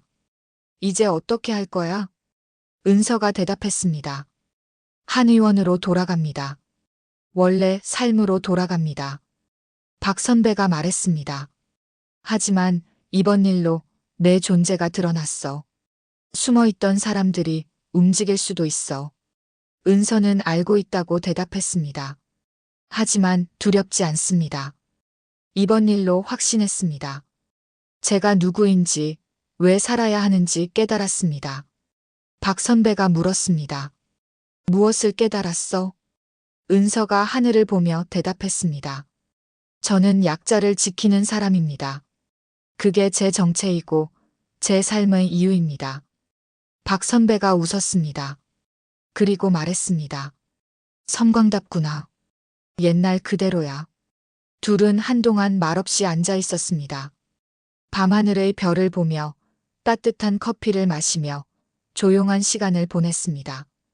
하지만 은서는 몰랐습니다. 이 모든 일이 끝난 게 아니라는 것을요. 영원요양원 사건은 시작에 불과했다는 것을요. 그리고 곧 훨씬 더 큰 폭풍이 몰려올 거라는 것을요. 송재현이 다녀간 다음 날 이상한 일들이 시작됐습니다. 아침에 한 의원 문을 여는데 자물쇠가 망가져 있었습니다. 누군가 억지로 열려고 한 흔적이었습니다. 은서는 안으로 들어가 살폈습니다. 다행히 안은 아무것도 건드려지지 않았습니다. 하지만 책상 위에 작은 쪽지 하나가 놓여 있었습니다. 지켜보고 있다. 단 5글자였습니다. 은서는 쪽지를 구겨 쓰레기통에 던졌습니다. 그리고 평소처럼 한의원을 열었습니다. 환자들이 찾아왔고 진료를 했습니다. 아무 일 없다는 듯이요. 하지만 점심시간 한의원 앞에 검은색 승용차 한 대가 서 있었습니다. 차 안에 사람이 앉아 있었고 한의원 쪽을 계속 바라보고 있었습니다. 은서는 창문 너머로 그 차를 확인했습니다. 번호판을 기억했습니다. 오후 내내 그 차는 거기 있었습니다. 감시하고 있었던 겁니다. 저녁 6시 마지막 환자가 나가고 은서는 한의원 문을 닫았습니다. 그리고 뒷문으로 나가 골목길을 통해 집으로 향했습니다. 검은 차는 여전히 앞에 서 있었습니다.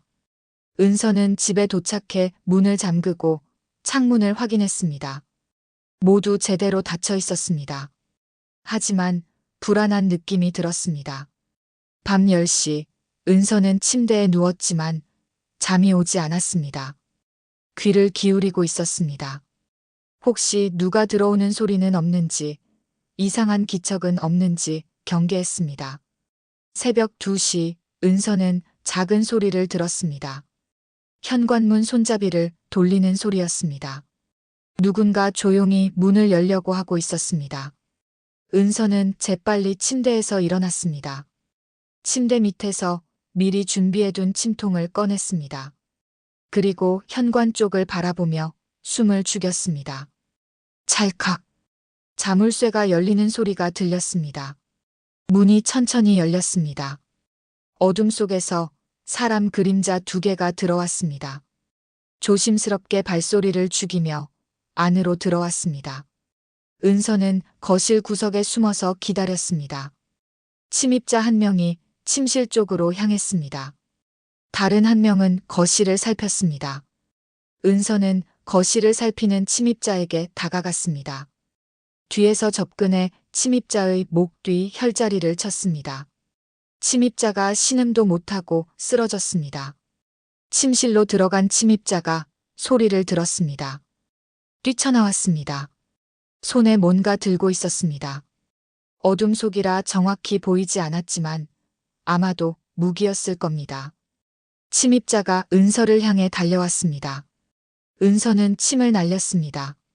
쉭 하는 소리와 함께 침이 침입자의 팔에 꽂혔습니다. 침입자가 비명을 질렀습니다. 은서는 그 틈을 타 침입자를 밀쳐 벽에 부딪히게 했습니다. 그리고 목을 눌러 제압했습니다. 침입자가 저항했지만 은서가 더 강했습니다. 침입자의 목에서 힘을 빼자 침입자가 의식을 잃고 늘어졌습니다. 은서는 불을 켰습니다. 두 침입자의 얼굴을 확인했습니다. 모르는 사람들이었습니다. 30대 정도 되어 보이는 남자들이었습니다. 은서는 침입자들의 주머니를 뒤졌습니다. 핸드폰, 지갑, 그리고 작은 종이 하나가 나왔습니다. 종이엔 은서의 집 주소와 사진이 있었습니다. 그리고 아래에 한 줄이 적혀 있었습니다. 경고만 하고 돌아올 것. 은서는 종이를 주머니에 넣었습니다. 그리고 경찰에 신고했습니다. 10분 후 경찰이 도착했습니다. 침입자 2명을 체포해 갔습니다. 은서는 간단히 진술했습니다. 자다가 침입자 소리를 듣고 호신술로 제압했다고 말했습니다.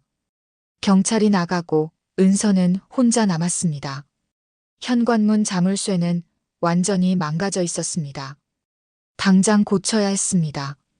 은서는 박 선배에게 전화를 걸었습니다. 한밤중이었지만 박 선배는 바로 받았습니다. 상황을 설명하자 박 선배가 말했습니다. 지금 당장 그 집을 떠나라고, 안전하지 않다고 자기 집으로 오라고 했습니다. 은서는 알겠다고 대답했습니다. 간단히 짐을 챙겨 집을 나왔습니다. 새벽 서울거리는 조용했습니다. 은서는 차를 몰아 박 선배 오피스텔로 향했습니다. 백미러를 계속 확인했습니다. 다행히 따라오는 차는 없었습니다. 오피스텔에 도착해 박 선배 집 문을 두드렸습니다. 박 선배가 문을 열어줬습니다. 걱정스러운 표정이었습니다. 안으로 들어가 소파에 앉았습니다. 박 선배가 따뜻한 차를 건넸습니다. 은서가 한 모금 마시며 말했습니다. 송재현이 본격적으로 움직이기 시작했다고, 이제 직접적인 위협을 가하고 있다고 설명했습니다. 박 선배가 말했습니다. 송재현은 위험한 사람이라고, 영원요양원은 그의 사업 중 일부에 불과하다고, 그 뒤에 훨씬 더 큰 조직이 있다고 경고했습니다. 은서가 물었습니다. 어떤 조직이냐고요? 박 선배가 컴퓨터를 켜고 자료를 보여줬습니다. 송재현이 운영하는 회사들 목록이었습니다. 영원그룹 외에도 건설회사, 부동산 개발회사, 심지어 로비 회사까지 있었습니다. 그리고 이 회사들은 모두 정치인, 고위 공직자들과 연결되어 있었습니다. 박 선배가 설명했습니다. 송재현은 단순한 사업가가 아니라고, 권력과 돈을 연결하는 브로커라고, 그의 인맥은 정부 곳곳에 뻗어 있다고 말했습니다. 그래서 지금까지 여러 번 조사를 받았지만 번번이 무혐의 처리됐다고 덧붙였습니다. 은서가 물었습니다. 그럼 어떻게 해야 하냐고요? 박 선배가 대답했습니다. 증거를 더 모아야 한다고, 영원요양원 사건만으로는 부족하다고, 송재현과 직접 연결되는 결정적 증거가 필요하다고 말했습니다. 은서가 생각에 잠겼습니다. 바로 그때 박 선배 핸드폰이 울렸습니다. 모르는 번호였습니다. 박 선배가 전화를 받았습니다. 목소리가 들렸습니다. 송재현이었습니다. 송재현이 말했습니다. 박 선배와 은서가 함께 있는 걸 알고 있다고, 지금 당장 밖을 내려다보라고 했습니다. 박 선배와 은서가 창문으로 갔습니다. 아래를 내려다봤습니다. 오피스텔 앞에 검은색 승용차 5대가 줄지어 서 있었습니다. 차에서 사람들이 내리고 있었습니다. 10여 명이었습니다. 송재현의 목소리가 계속 들렸습니다. 섬광에게 전하라고, 이틀 안에 자수하라고, 영원요양원에서 훔친 서류를 모두 반환하고 입을 다물라고, 그러면 목숨은 살려주겠다고 말했습니다. 하지만 거부하면 주변 사람들부터 하나씩 사라질 거라고 위협했습니다. 전화가 끊어졌습니다. 은서와 박 선배가 서로를 바라봤습니다. 박 선배가 말했습니다. 여기도 안전하지 않다고, 다른 곳으로 가야 한다고 말했습니다. 은서가 고개를 저었습니다. 도망쳐봤자 소용없다고, 송재현은 끝까지 추적할 거라고, 이제 정면으로 맞서야 한다고 말했습니다. 박 선배가 물었습니다. 어떻게 맞설 거냐고요? 은서가 대답했습니다. 송재현의 약점을 찾아야 한다고, 그가 가장 숨기고 싶어하는 비밀을 파헤쳐야 한다고 말했습니다. 박 선배가 물었습니다. 뭘 찾아야 하는지 아냐고요? 은서가 생각했습니다. 영원요양원 서류를 다시 떠올렸습니다. 환자 명단, 유언장, 약물 투여 기록. 그 서류들에서 뭔가 놓친 게 있는 것 같았습니다. 은서가 가방에서 서류들을 꺼냈습니다. 핸드폰으로 찍어둔 사진들도 다시 확인했습니다. 한 장 한 장 꼼꼼히 살펴봤습니다. 그때 한 가지가 눈에 들어왔습니다. 환자 명단에 적힌 이름 중 하나였습니다. 이정훈. 전직 국세청장이었던 사람이었습니다. 작년에 영원요양원에서 사망했다고 기록되어 있었습니다. 은서가 그 이름을 기억했습니다. 뉴스에서 본 적이 있었습니다. 이정훈 전 국세청장은 재임 시절 대기업 탈세 조사를 강력하게 추진했던 사람이었습니다. 그리고 퇴임 후 갑자기 건강이 나빠져 요양원에 입소했다가 사망했다고 보도됐었습니다. 은서가 박 선배에게 물었습니다. 이정훈 전 국세청장 사망 당시 조사는 제대로 이루어졌냐고요. 박 선배가 컴퓨터로 검색했습니다. 기사를 찾아봤습니다. 이정훈은 심장마비로 사망했다고 발표됐고 부검은 이뤄지지 않았다고 나와 있었습니다. 가족이 원하지 않았다는 이유였습니다. 은서가 말했습니다. 수상하다고 가족을 찾아가 봐야 한다고 말했습니다. 박 선배가 주소를 검색했습니다. 이정훈의 부인은 서울 강남에 살고 있었습니다. 은서가 말했습니다. 내일 아침에 찾아가겠다고 진실을 알아내겠다고 다짐했습니다. 박 선배가 걱정스러운 표정으로 말했습니다. 조심하라고 송재현이 이미 움직이고 있으니 위험하다고 경고했습니다. 은서는 알고 있다고 대답했습니다. 하지만 물러설 수 없다고, 이미 너무 많은 사람들이 희생됐다고, 이제 끝을 내야 한다고 말했습니다. 그날 밤 은서는 박 선배 집에서 잤습니다. 하지만 깊이 잠들지 못했습니다. 계속 깨어서 주변 소리를 경계했습니다. 새벽 5시 은서는 일어났습니다. 씻고 옷을 갈아입었습니다. 가방을 챙겼습니다. 침통도 챙겼습니다. 박 선배도 일어나 있었습니다. 커피를 준비하고 있었습니다. 은서에게 한 잔 건넸습니다. 둘은 말없이 커피를 마셨습니다. 박 선배가 말했습니다. 필요하면 언제든 연락하라고, 자기가 할 수 있는 건 뭐든 돕겠다고 약속했습니다. 은서는 고마다고 대답했습니다. 오전 9시 은서는 이정훈 전 국세청장 부인의 집 앞에 섰습니다. 강남의 고급 주택가였습니다. 큰 대문과 잘 가꿔진 정원이 보였습니다. 은서는 초인종을 눌렀습니다. 잠시 후 인터폰으로 목소리가 들렸습니다. 60대로 들리는 여성 목소리였습니다. 누구냐고 물었습니다. 은서가 대답했습니다. 자신은 한의사 한은서이고 남편분에 관해 여쭤볼 게 있다고 잠깐만 시간을 내줄 수 있냐고 정중하게 요청했습니다. 잠시 침묵이 흘렀습니다. 그리고 대문이 열렸습니다. 은서는 안으로 들어갔습니다. 현관문 앞에 여자가 서 있었습니다. 단정한 옷차림에 회색 머리를 곱게 넘긴 여성이었습니다. 하지만 얼굴엔 깊은 슬픔이 배어 있었습니다. 여자가 은서를 거실로 안내했습니다. 소파에 앉으라고 했습니다. 차를 내왔습니다. 은서가 조심스럽게 말했습니다.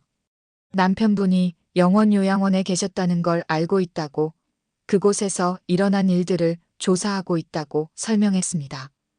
여자의 표정이 굳었습니다. 은서가 계속 말했습니다. 혹시 이상한 점은 없었냐고, 남편분이 갑자기 돌아가시기 전에 뭔가 이상한 일은 없었냐고 물었습니다. 여자가 잠시 망설이더니 입을 열었습니다. 남편이 돌아가시기 일주일 전에 전화가 왔었다고 했습니다. 목소리가 이상했다고, 평소와 달리 떨리고 있었다고 말했습니다.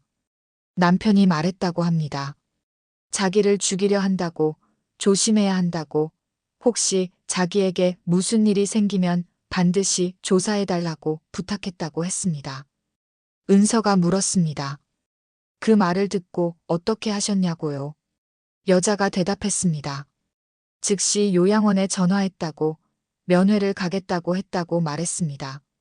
하지만 요양원에서 막았다고, 남편이 상태가 안 좋아서 면회가 불가능하다고, 조금만 기다리라고 했다고 합니다. 그리고 이틀 후 남편이 심장마비로 돌아가셨다는 연락을 받았다고 했습니다. 여자의 눈에서 눈물이 흘렀습니다. 은서가 여자의 손을 잡았습니다. 그리고 말했습니다. 남편분의 죽음이 자연사가 아니었다고, 누군가 고의로 죽였다고, 이제 그 진실을 밝히겠다고 약속했습니다. 여자가 물었습니다. 정말이냐고, 남편의 억울함을 풀어줄 수 있냐고 간절하게 물었습니다.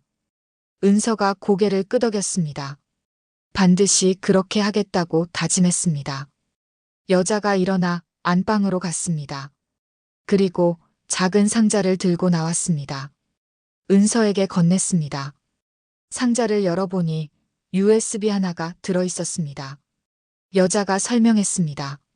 남편이 돌아가시기 한 달 전에 택배로 보낸 거라고, 절대 열어보지 말고 잘 보관하라고, 혹시 자기에게 무슨 일이 생기면 이걸 검찰에 넘기라고 했다고 말했습니다. 은서가 USB를 받아들었습니다. 그리고 물었습니다. 검찰에 넘기지 않으셨냐고요? 여자가 고개를 저었습니다. 무서웠다고, 남편이 그렇게 갑자기 돌아가시고 나니 혹시 자기도 위험할까봐 두려웠다고, 그래서 숨겨뒀다고 고백했습니다. 은서가 말했습니다. 이제 괜찮다고, 자기가 이걸 제대로 된 곳에 전달하겠다고, 반드시 남편분의 원한을 풀어드리겠다고 약속했습니다. 여자가 은서를 꽉 껴안았습니다. 감사하다고, 제발 부탁한다고 울먹였습니다. 은서는 여자의 집을 나왔습니다. USB를 주머니에 넣고 차로 향했습니다. 차에 시동을 걸려는데 백미러에 뭔가 보였습니다. 검은색 승용차 2대가 빠르게 다가오고 있었습니다. 은서의 표정이 굳었습니다. 송재현의 사람들이었습니다.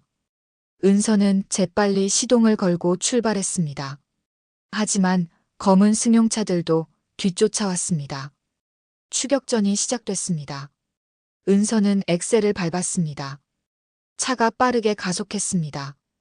뒤에서 검은 승용차 2대가 바짝 따라붙었습니다.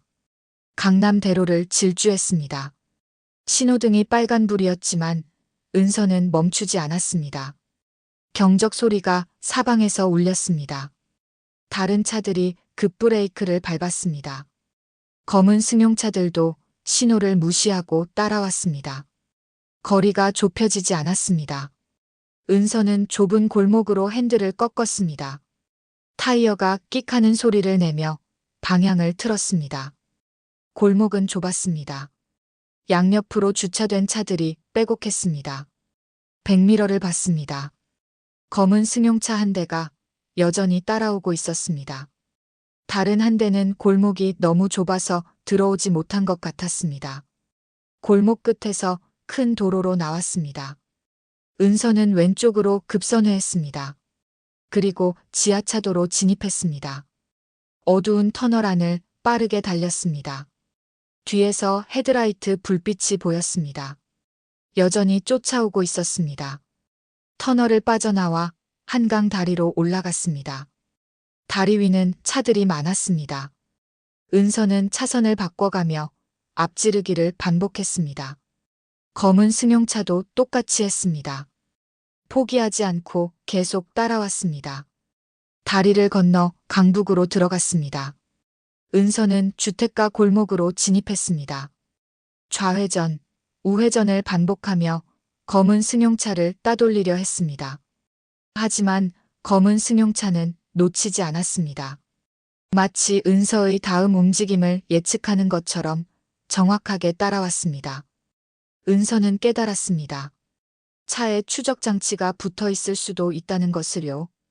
은서는 한적한 공터에 차를 세웠습니다. 재빨리 차에서 내려 차 밑을 확인했습니다. 역시 범퍼 안쪽에 작은 추적 장치가 붙어 있었습니다. 은서는 추적 장치를 떼어냈습니다. 그리고 지나가는 트럭 밑에 던져 붙였습니다. 트럭이 그대로 출발했습니다. 은서는 차에 다시 올라타 반대 방향으로 출발했습니다. 백미러를 봤습니다. 검은 승용차가 트럭을 따라가는 게 보였습니다. 속았습니다. 은서는 안도의 한숨을 쉬었습니다. 그리고 박 선배 집으로 향했습니다. 30분 후 박 선배 오피스텔에 도착했습니다. 주변을 확인했습니다. 수상한 차는 없었습니다. 은서는 재빨리 건물 안으로 들어갔습니다. 엘리베이터를 타고 12층으로 올라갔습니다. 박 선배 집 문을 두드렸습니다. 박 선배가 문을 열었습니다. 은서를 보자 안도의 표정을 지었습니다. 괜찮냐고 물었습니다. 은서가 고개를 끄덕이며 안으로 들어갔습니다. 그리고 주머니에서 USB를 꺼내 보여줬습니다. 박 선배가 USB를 받아들고 컴퓨터에 꽂았습니다. 파일들이 화면에 나타났습니다. 문서 파일, 사진 파일, 녹음 파일이 가득했습니다. 박 선배가 첫 번째 문서를 열었습니다. 제목은 영원그룹과 정부 고위직 뇌물 수수 내역이었습니다. 은서와 박 선배가 숨을 죽이고 내용을 읽기 시작했습니다. 문서엔 지난 10년간 송재현이 정치인, 고위 공직자들에게 건넨 돈의 목록이 상세히 적혀 있었습니다. 국회의원, 장관, 차관, 심지어 검사와 판사까지 포함되어 있었습니다. 금액도 수억 원에서 수십억 원까지 다양했습니다. 두 번째 문서를 열었습니다. 영원그룹 탈세 및 횡령 증거였습니다. 송재현이 어떻게 회사 돈을 빼돌렸는지, 어떤 방법으로 세금을 회피했는지 구체적으로 기록되어 있었습니다. 페이퍼 컴퍼니, 해외 계좌, 부동산명의 세탁까지 모든 수법이 담겨 있었습니다. 세 번째는 사진 파일들이었습니다. 송재현이 고위 공직자들과 만나는 사진들이었습니다. 고급 레스토랑에서, 골프장에서, 해외 리조트에서 찍힌 사진들이었습니다. 일부 사진엔 봉투를 주고받는 장면도 있었습니다. 네 번째는 녹음 파일들이었습니다. 박 선배가 첫 번째 녹음 파일을 재생했습니다. 송재현의 목소리가 들렸습니다. 그리고 다른 남자의 목소리도 들렸습니다. 대화 내용은 충격적이었습니다. 송재현이 말하고 있었습니다. 국세청 조사를 막아달라고 대가로 5억 원을 주겠다고 제안했습니다. 상대방이 고민하는 소리가 들렸습니다. 그리고 결국 동의했습니다. 두 번째 녹음 파일엔 다른 대화가 담겨 있었습니다. 송재현이 누군가에게 지시하고 있었습니다. 영원요양원 환자 중에 위험한 사람이 있다고 그 사람을 조용히 처리하라고 명령했습니다. 상대방이 알겠다고 대답했습니다.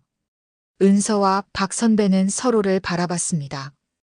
박 선배가 말했습니다.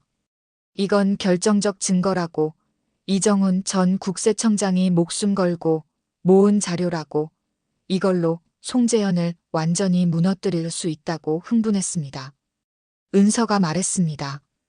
즉시 검찰에 넘겨야 한다고 김철수 검사에게 연락하겠다고 말했습니다. 은서는 핸드폰을 꺼내 김 검사에게 전화를 걸었습니다. 김 검사가 받았습니다. 은서가 상황을 설명했습니다. 송재현의 모든 범죄를 증명할 수 있는 결정적 증거를 확보했다고, USB에 10년치 비리 자료가 다 들어있다고 말했습니다. 김 검사가 놀라며 물었습니다. 어떻게 구했냐고요? 은서가 이정훈 전 국세청장이 생전에 모은 자료라고 설명했습니다. 김 검사가 한동안 침묵하다가 말했습니다. 즉시 만나자고, 지금 당장 검찰청으로 오라고 했습니다. 은서가 알겠다고 대답했습니다. 전화를 끊고 박 선배를 보며 말했습니다.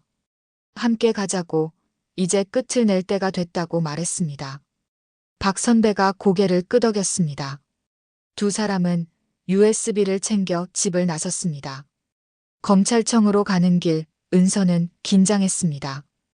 이 USB가 송재현을 무너뜨릴 열쇠였습니다.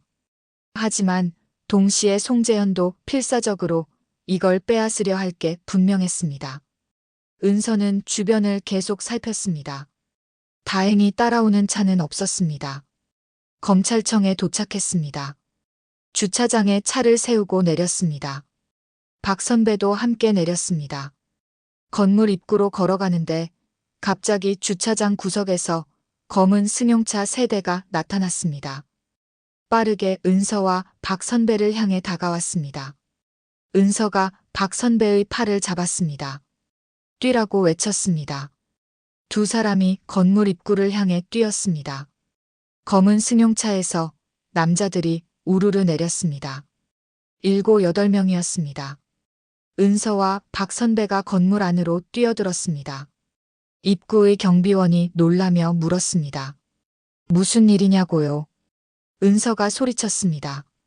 검찰청 안으로 무장한 남자들이 침입하려 한다고 즉시 경비를 강화하라고 외쳤습니다. 경비원이 재빨리 무전으로 연락했습니다. 건물 내부 경비들이 달려왔습니다. 검은 옷 입은 남자들이 입구까지 왔지만 경비들이 막아섰습니다. 대치 상황이 벌어졌습니다. 은서와 박 선배는 그 틈을 타 엘리베이터로 뛰어갔습니다. 6층 특수부 사무실로 올라갔습니다. 엘리베이터 문이 열렸습니다. 복도를 뛰어 김 검사 사무실로 향했습니다. 김 검사 사무실 문을 두드렸습니다. 김 검사가 문을 열었습니다. 은서를 보고 놀란 표정을 지었습니다. 무슨 일이냐고 물었습니다. 은서가 숨을 헐떡이며 설명했습니다. 송재현의 사람들이 건물까지 쫓아왔다고 지금 아래층에서 난동을 부리고 있다고 말했습니다. 김 검사가 즉시 전화기를 들어 건물 경비실에 연락했습니다. 상황을 확인하라고 경찰을 부르라고 지시했습니다. 은서가 가방에서 USB를 꺼내 김 검사에게 건넸습니다. 이게 송재현의 모든 범죄를 증명하는 증거라고 반드시 안전하게 보관해달라고 부탁했습니다. 김 검사가 USB를 받아들고 컴퓨터에 꽂았습니다. 파일들을 확인하기 시작했습니다. 몇 분간 침묵이 흘렀습니다. 김 검사의 표정이 점점 굳어졌습니다. 파일들을 하나하나 열어보며 중얼거렸습니다. 이건 엄청난 거라고, 이걸로 송재현뿐 아니라 연루된 모든 사람들을 다 잡을 수 있다고 말했습니다. 김 검사가 은서를 바라보며 말했습니다. 당신이 대한민국을 구했다고, 이 증거가 없었다면 이 부패 사슬은 영원히 끊어지지 않았을 거라고 감사를 표했습니다. 은서는 고개를 저었습니다.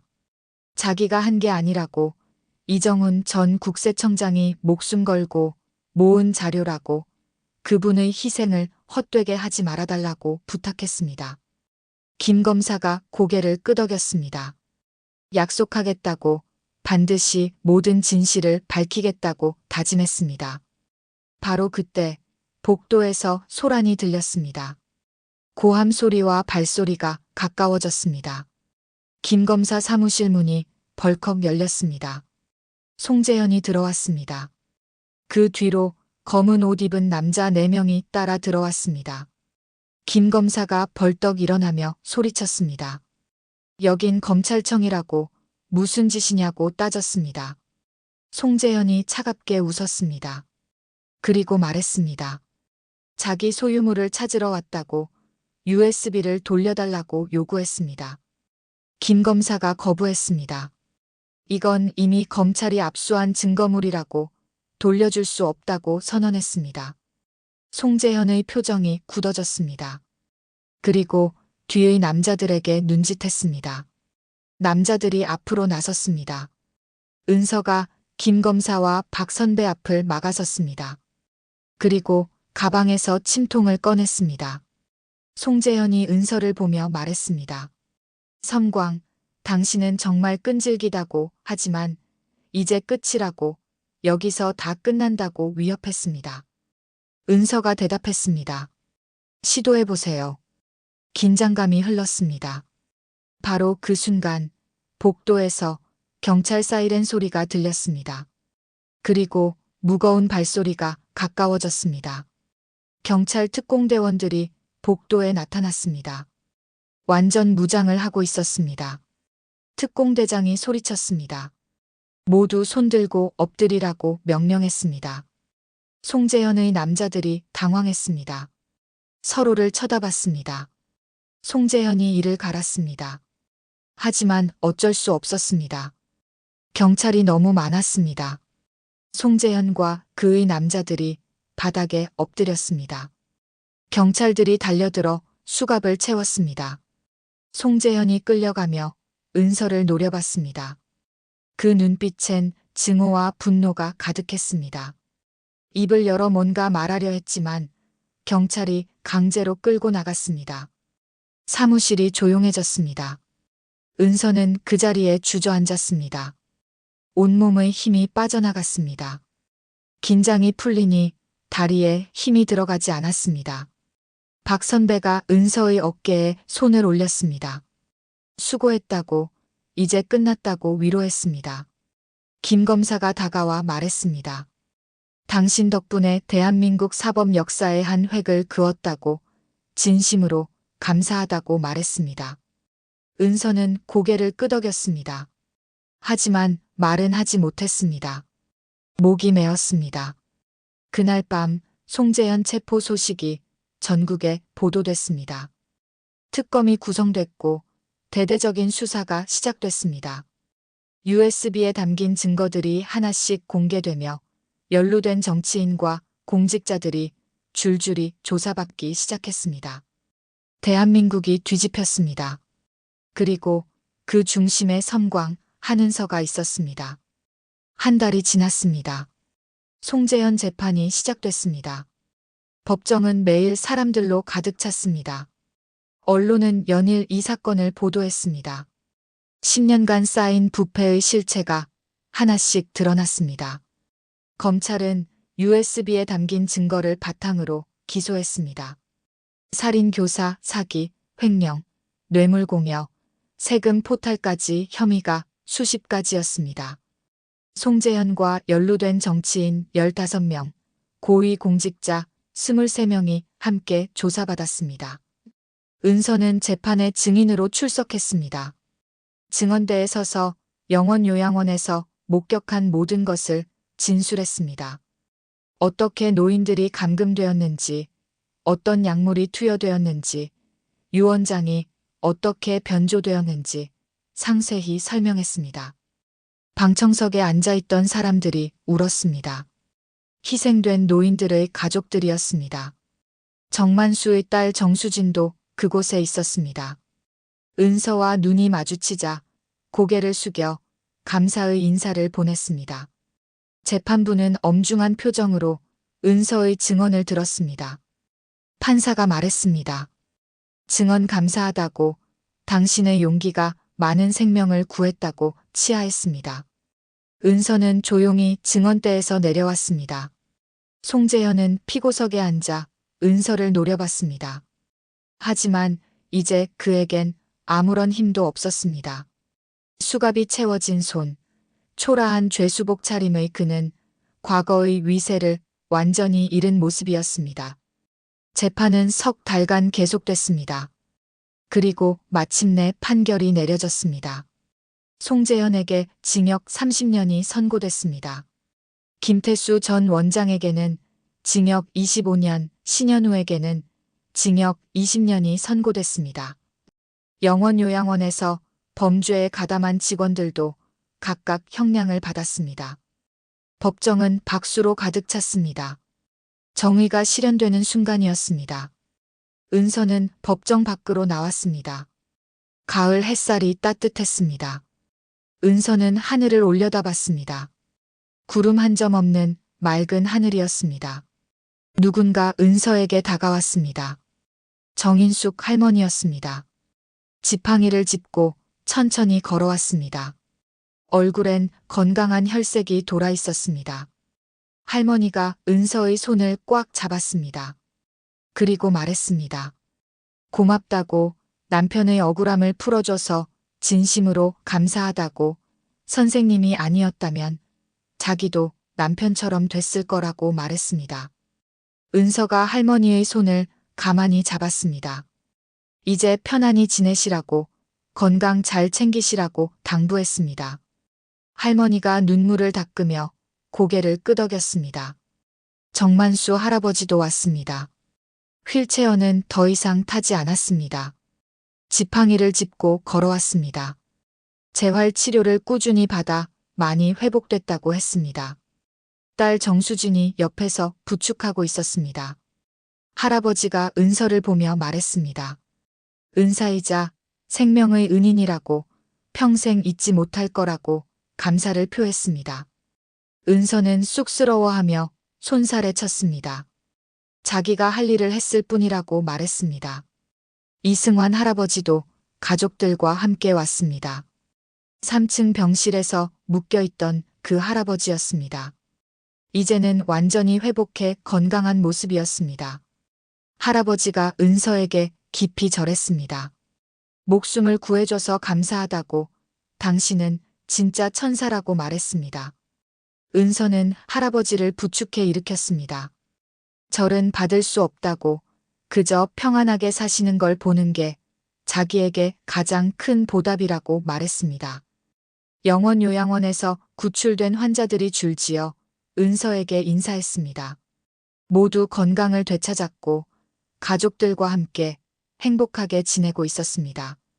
그들의 빼앗겼던 재산도 모두 되찾았고 변조된 유언장들도 모두 무효 처리됐습니다. 은서는 그들을 하나하나 바라보며 미소 지었습니다. 이게 바로 자기가 원했던 것이었습니다. 이들의 평화로운 얼굴, 이들의 행복한 미소가 은서에게는 어떤 보상보다 값진 것이었습니다. 김철수 검사가 다가왔습니다. 은서에게 악수를 청했습니다. 이번 사건은 대한민국 사법 역사에 길이 남을 거라고, 당신의 공로를 절대 잊지 않겠다고 약속했습니다. 은서가 검사의 손을 잡으며 말했습니다. 앞으로도 약자를 지켜달라고, 권력의 그늘에서 고통받는 사람들을 잊지 말아달라고 부탁했습니다. 김 검사가 고개를 끄덕이며 약속하겠다고 대답했습니다. 박 선배도 함께 있었습니다. 은서의 어깨에 손을 올리며 말했습니다. 수고했다고, 이제 좀 쉬라고, 평범한 삶으로 돌아가라고 조언했습니다. 은서가 웃으며 대답했습니다. 그럴 생각이라고, 이제 한의원으로 돌아가서 환자나 보겠다고 말했습니다. 그날 저녁 은서는 자기 한의원으로 돌아왔습니다. 문을 열고 들어서니 익숙한 약재 냄새가 났습니다. 집에 온 것 같았습니다. 은서는 천천히 한의원을 둘러봤습니다. 진료 침대, 약재 서랍, 침구 소독기, 모든 게 그대로였습니다. 은서는 창문을 열었습니다. 저녁 바람이 들어왔습니다. 시원하고 상쾌했습니다. 핸드폰이 울렸습니다. 이정훈 전 국세청장의 부인이었습니다. 전화를 받자 부인의 목소리가 들렸습니다. 재판 결과를 봤다고, 남편이 하늘에서 편히 쉴 수 있을 것 같다고, 진심으로 감사하다고 말했습니다. 은서가 조용히 대답했습니다. 이정훈 국세청장님의 희생이 헛되지 않았다고, 그분의 용기가 많은 사람을 구했다고 자랑스럽게 생각하시라고 위로했습니다. 부인이 울먹이며 고맙다고 말했습니다. 전화를 끊었습니다. 은서는 창밖을 바라봤습니다. 해가 지고 있었습니다. 노을이 아름다웠습니다. 은서는 생각했습니다. 이 모든 일이 꿈만 같다고요. 한 달 전만 해도 평범한 한의사였던 자기가 이렇게 큰 사건의 중심에 서게 될 줄은 몰랐습니다. 하지만 후회는 없었습니다. 오히려 자랑스러웠습니다. 자기가 누구인지, 왜 살아야 하는지 다시 깨달았으니까요. 은서는 섬광이었습니다. 13년간 그 이름을 숨기고 살았지만 이제 다시 확인했습니다. 자기는 약자를 지키는 사람이라는 것을요. 다음 날부터 은서는 다시 한의원을 열었습니다. 환자들이 찾아왔습니다. 일부는 은서가 뉴스에 나온 걸 알고 있었습니다. 칭찬과 격려를 보냈습니다. 은서는 쑥스러워하며 환자를 진료했습니다. 침을 놓고 뜸을 뜨고 약을 지었습니다. 평범한 한의사의 일상으로 돌아왔습니다. 어느 날 오후 한 노부부가 한의원을 찾아왔습니다. 70대 후반으로 보이는 부부였습니다. 할아버지가 허리 통증으로 고생하신다고 했습니다. 은서는 할아버지를 침대에 눕혔습니다. 맥을 짚고 허리를 확인했습니다. 침을 놓기 시작했습니다. 할머니가 옆에서 물었습니다. 선생님이 뉴스에 나오신 그분 맞냐고요? 은서가 쑥스럽게 웃으며 고개를 끄덕였습니다. 할머니가 말했습니다. 정말 대단하다고, 요즘 같은 세상에 그런 용기를 낸 사람이 얼마나 되겠냐고, 본받아야 한다고 칭찬했습니다. 은서는 아니라고 손살에 쳤습니다. 자기는 그저 할 일을 했을 뿐이라고 말했습니다. 할아버지가 침대에 누워 말했습니다. 세상에 선생님 같은 사람이 더 많아졌으면 좋겠다고, 약한 사람들을 지키는 사람이 더 많아져야 한다고 말했습니다. 은서는 조용히 침을 놓으며 대답했습니다. 모두가 각자 자리에서 옳은 일을 하면 된다고, 그게 세상을 바꾸는 힘이라고 말했습니다. 할머니가 고개를 끄덕였습니다. 치료가 끝나고 노부부가 나갔습니다. 은서는 창가에 서서 그들이 손을 잡고 걸어가는 모습을 바라봤습니다. 따뜻한 광경이었습니다. 저녁이 되었습니다. 은서는 한의원 문을 닫았습니다. 정리를 하고 불을 껐습니다. 밖으로 나와 하늘을 올려다봤습니다. 별이 보였습니다. 맑은 밤이었습니다. 은서는 천천히 걸었습니다. 집으로 가는 길, 거리는 조용했습니다. 가로등 불빛이 길을 밝혔습니다. 은서는 생각했습니다. 이제 평화가 왔다고요. 송재현은 감옥에 있고 영원요양원 사건은 마무리됐습니다. 구출된 노인들은 모두 가족품으로 돌아갔고 빼앗긴 재산도 되찾았습니다. 정의가 실현됐습니다. 하지만 은서는 알고 있었습니다. 세상엔 여전히 부조리가 있다는 것을요. 여전히 약자가 억압받고 있다는 것을요. 여전히 누군가의 도움이 필요한 사람들이 있다는 것을요. 그리고 은서는 결심했습니다. 필요하다면 언제든 다시 나서겠다고요. 섬광은 사라지지 않았습니다. 그저 잠시 숨어 있을 뿐이었습니다. 약자가 위험에 처했을 때, 정의가 필요할 때, 섬광은 다시 나타날 것입니다. 은서는 집에 도착했습니다. 문을 열고 들어갔습니다. 따뜻한 불을 켰습니다. 소파에 앉아 차를 마셨습니다. 창밖으로 달이 보였습니다. 둥글고 밝은 보름달이었습니다. 은서는 미소 지었습니다. 평화로운 밤이었습니다. 그리고 은서는 알고 있었습니다. 내일도 모레도 계속해서 환자들을 치료할 것이라는 것을요. 한의사로서, 그리고 필요할 때는 섬광으로서 살아갈 것이라는 것을요. 은서는 차를 다 마시고 침대에 누웠습니다. 편안한 잠이 왔습니다.